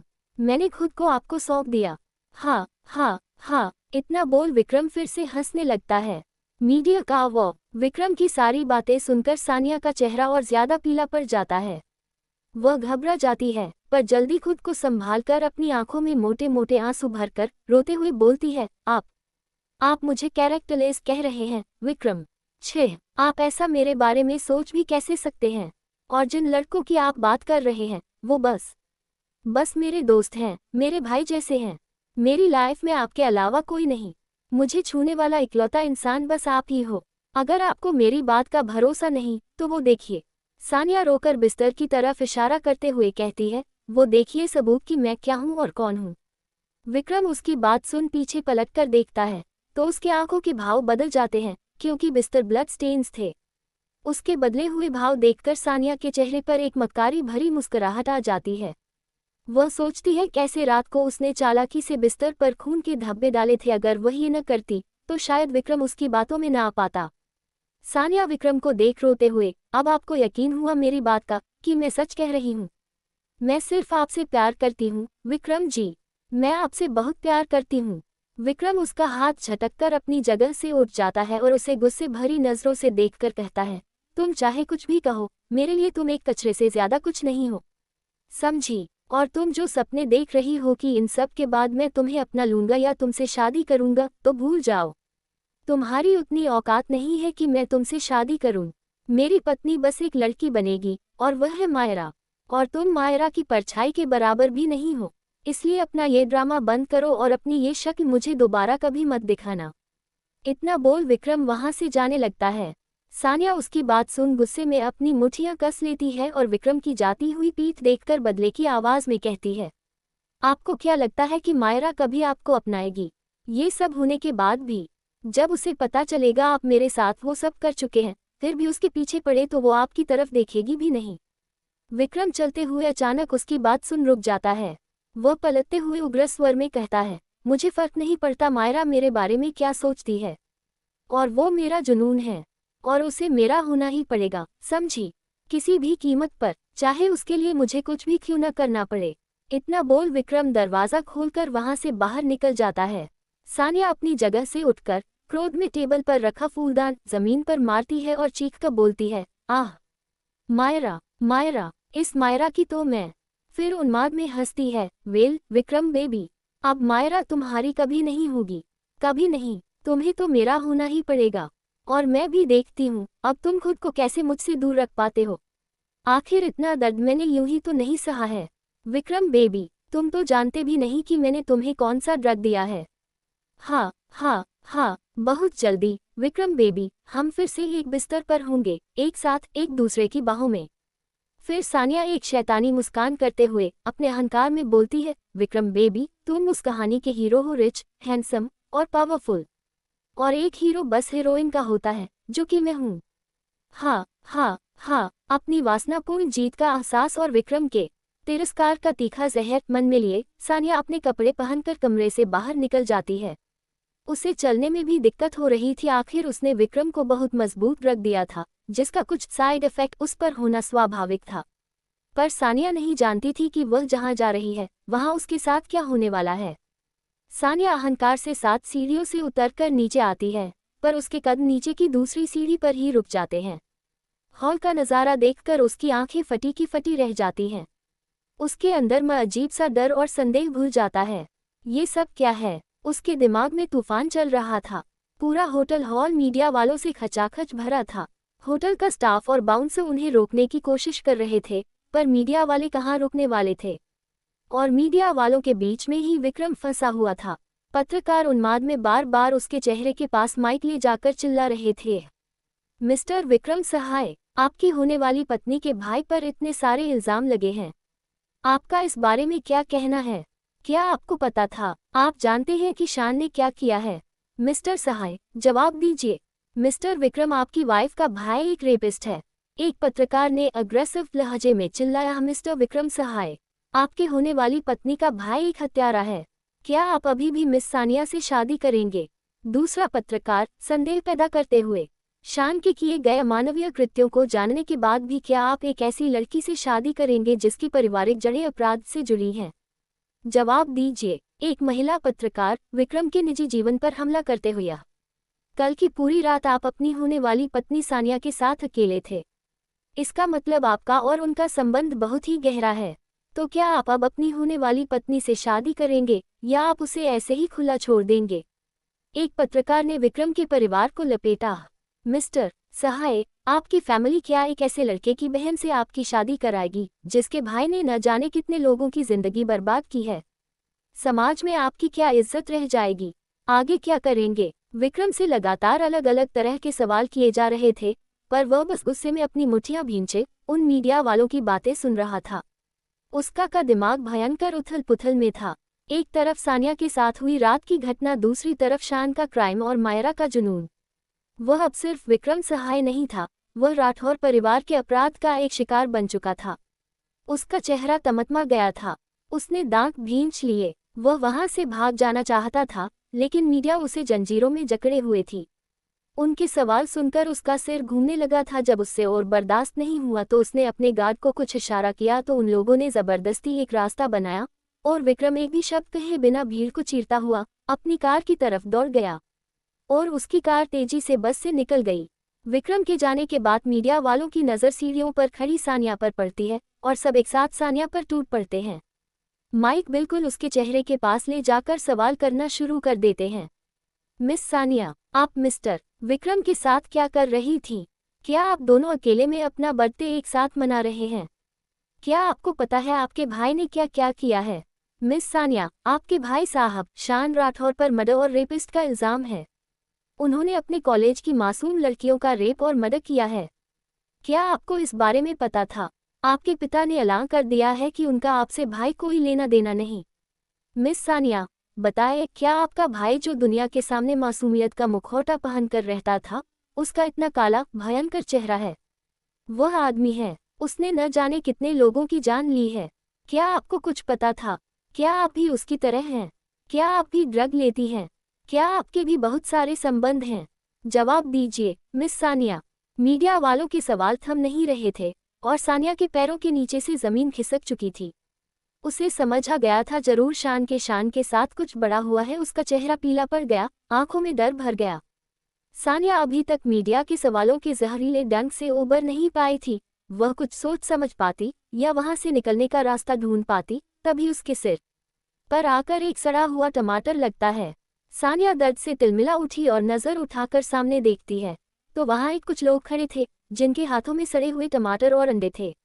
लोगों को क्रोध में देखकर मीडिया भी साइड में हटती है, लेकिन रिकॉर्डिंग जारी रखती है। सामने खड़े लोग उग्र गुस्से में चिल्ला रहे थे, है उसी राक्षस लड़के की बहन है ये भी उससे मिली हुई। इसने भी कितनी लड़कियों की जिंदगी बर्बाद की होगी। ये भी उसी की तरह ड्रग लेती है। बुरी इंसान है ये, इसने भी अनेक मासूमों की जिंदगी बर्बाद की है। हत्यारे की बहन थे। तरह तरह के घिनौने इल्जाम लोग सानिया पर लगा रहे। सानिया का दिमाग सुन्न पड़ चुका था। वह अब बस कैसे भी करके वहां से निकल जाना चाहती थी। एक पल के लिए उसे लगा जैसे दुनिया की सारी नफरत उसी पर बरसाई जा रही है। अंडों और टमाटरों की बौछार उस पर लगातार हो रही थी। उसकी पूरी शरीर से अब सड़ी हुई बदबूदार सामग्री से गीली हो चुकी थी। उसके शरीर से अजीब सी गंध आ रही थी और आंखों में आंसू और अपमान भर गया था। वह अब बस अपनी इज्जत बचाने के लिए वहां से भाग जाना चाहती थी, इसलिए वह गुस्से और भय में होटल स्टाफ की तरफ देखती है, डर से अपने कपड़े ठीक करती है और दौड़ने लगती है। जब वह वहां से भाग रही थी तो लोग पीछा करते हुए उस पर अंडे और टमाटर मार रहे थे। सानिया जैसे तैसे अपनी कार तक पहुंचती है और जल्दी से उसमें बैठकर तेजी से वहां से निकल जाती है। सानिया की कार तेजी से राठौर मैनसन की ओर जा रही थी। करीब 30 मिनट की तेज और रेस्टलेस ड्राइविंग के बाद सानिया अपनी कार राठौर मैंशन के बाहर रोकती है। पर राठौर मैंशन के बाहर का माहौल भी सामान्य नहीं था। गेट पर ढेरों रिपोर्टर और कुछ अन्य लोग खड़े थे। हालांकि सुरक्षा व्यवस्था अधिक थी, इसलिए उनमें से कोई भी अग्रेसिव व्यवहार नहीं कर रहा था और न ही कोई अंदर जाने की जिद कर रहा था। शायद वे सब किसी का इंतजार कर रहे थे, इसीलिए वहां जमे हुए थे। तभी सबकी नज़र सानिया की कार पर पड़ती है और उन सबके चेहरे पर एक शैतानी मुस्कान आ जाती है। वे एक दूसरे को इशारा करते हुए तेजी से सानिया की तरफ दौड़ लगाते हैं। सानिया कार से निकलने ही वाली थी कि उन सबको अपनी तरफ दौड़ते देख वह डर से कार को अंदर से लॉक कर लेती है। रिपोर्टर उसकी कार को चारों तरफ से घेर कर खड़े हो जाते हैं और अब थोड़ा अग्रेसिव व्यवहार करने लगते हैं। सानिया, जो पहले ही डरी हुई थी, अब और ज्यादा खौफ में आ जाती है। उसका चेहरा पीला पड़ गया था। उसने कभी नहीं सोचा था कि उसके जन्मदिन की अगली सुबह, जिसे उसने बहुत खूबसूरत सोचा था, अब उसके लिए एक डिसास्टर बन जाएगी। उसे संभलने या समझने का मौका ही नहीं मिला था कि आखिर हुआ क्या है। जब वह देखती है कि ये रिपोर्टर अपनी जगह से टस से मस नहीं हो रहे, तो वह अपने कांपते हुए हाथों से अपना फ़ोन ढूंढने लगती है। इतनी जल्दबाजी में उसे उसका फ़ोन भी नहीं मिल रहा था। आखिरकार उसे अपने पर्स में अपना फ़ोन मिलता है। वह सोचती है कि वह किसे फ़ोन करे। उसके सोचने पर केएसआर का चेहरा सामने आता है। एक वही है जो इतनी ताकत रखते हैं कि उसे आसानी से इस मुसीबत से बचा लें।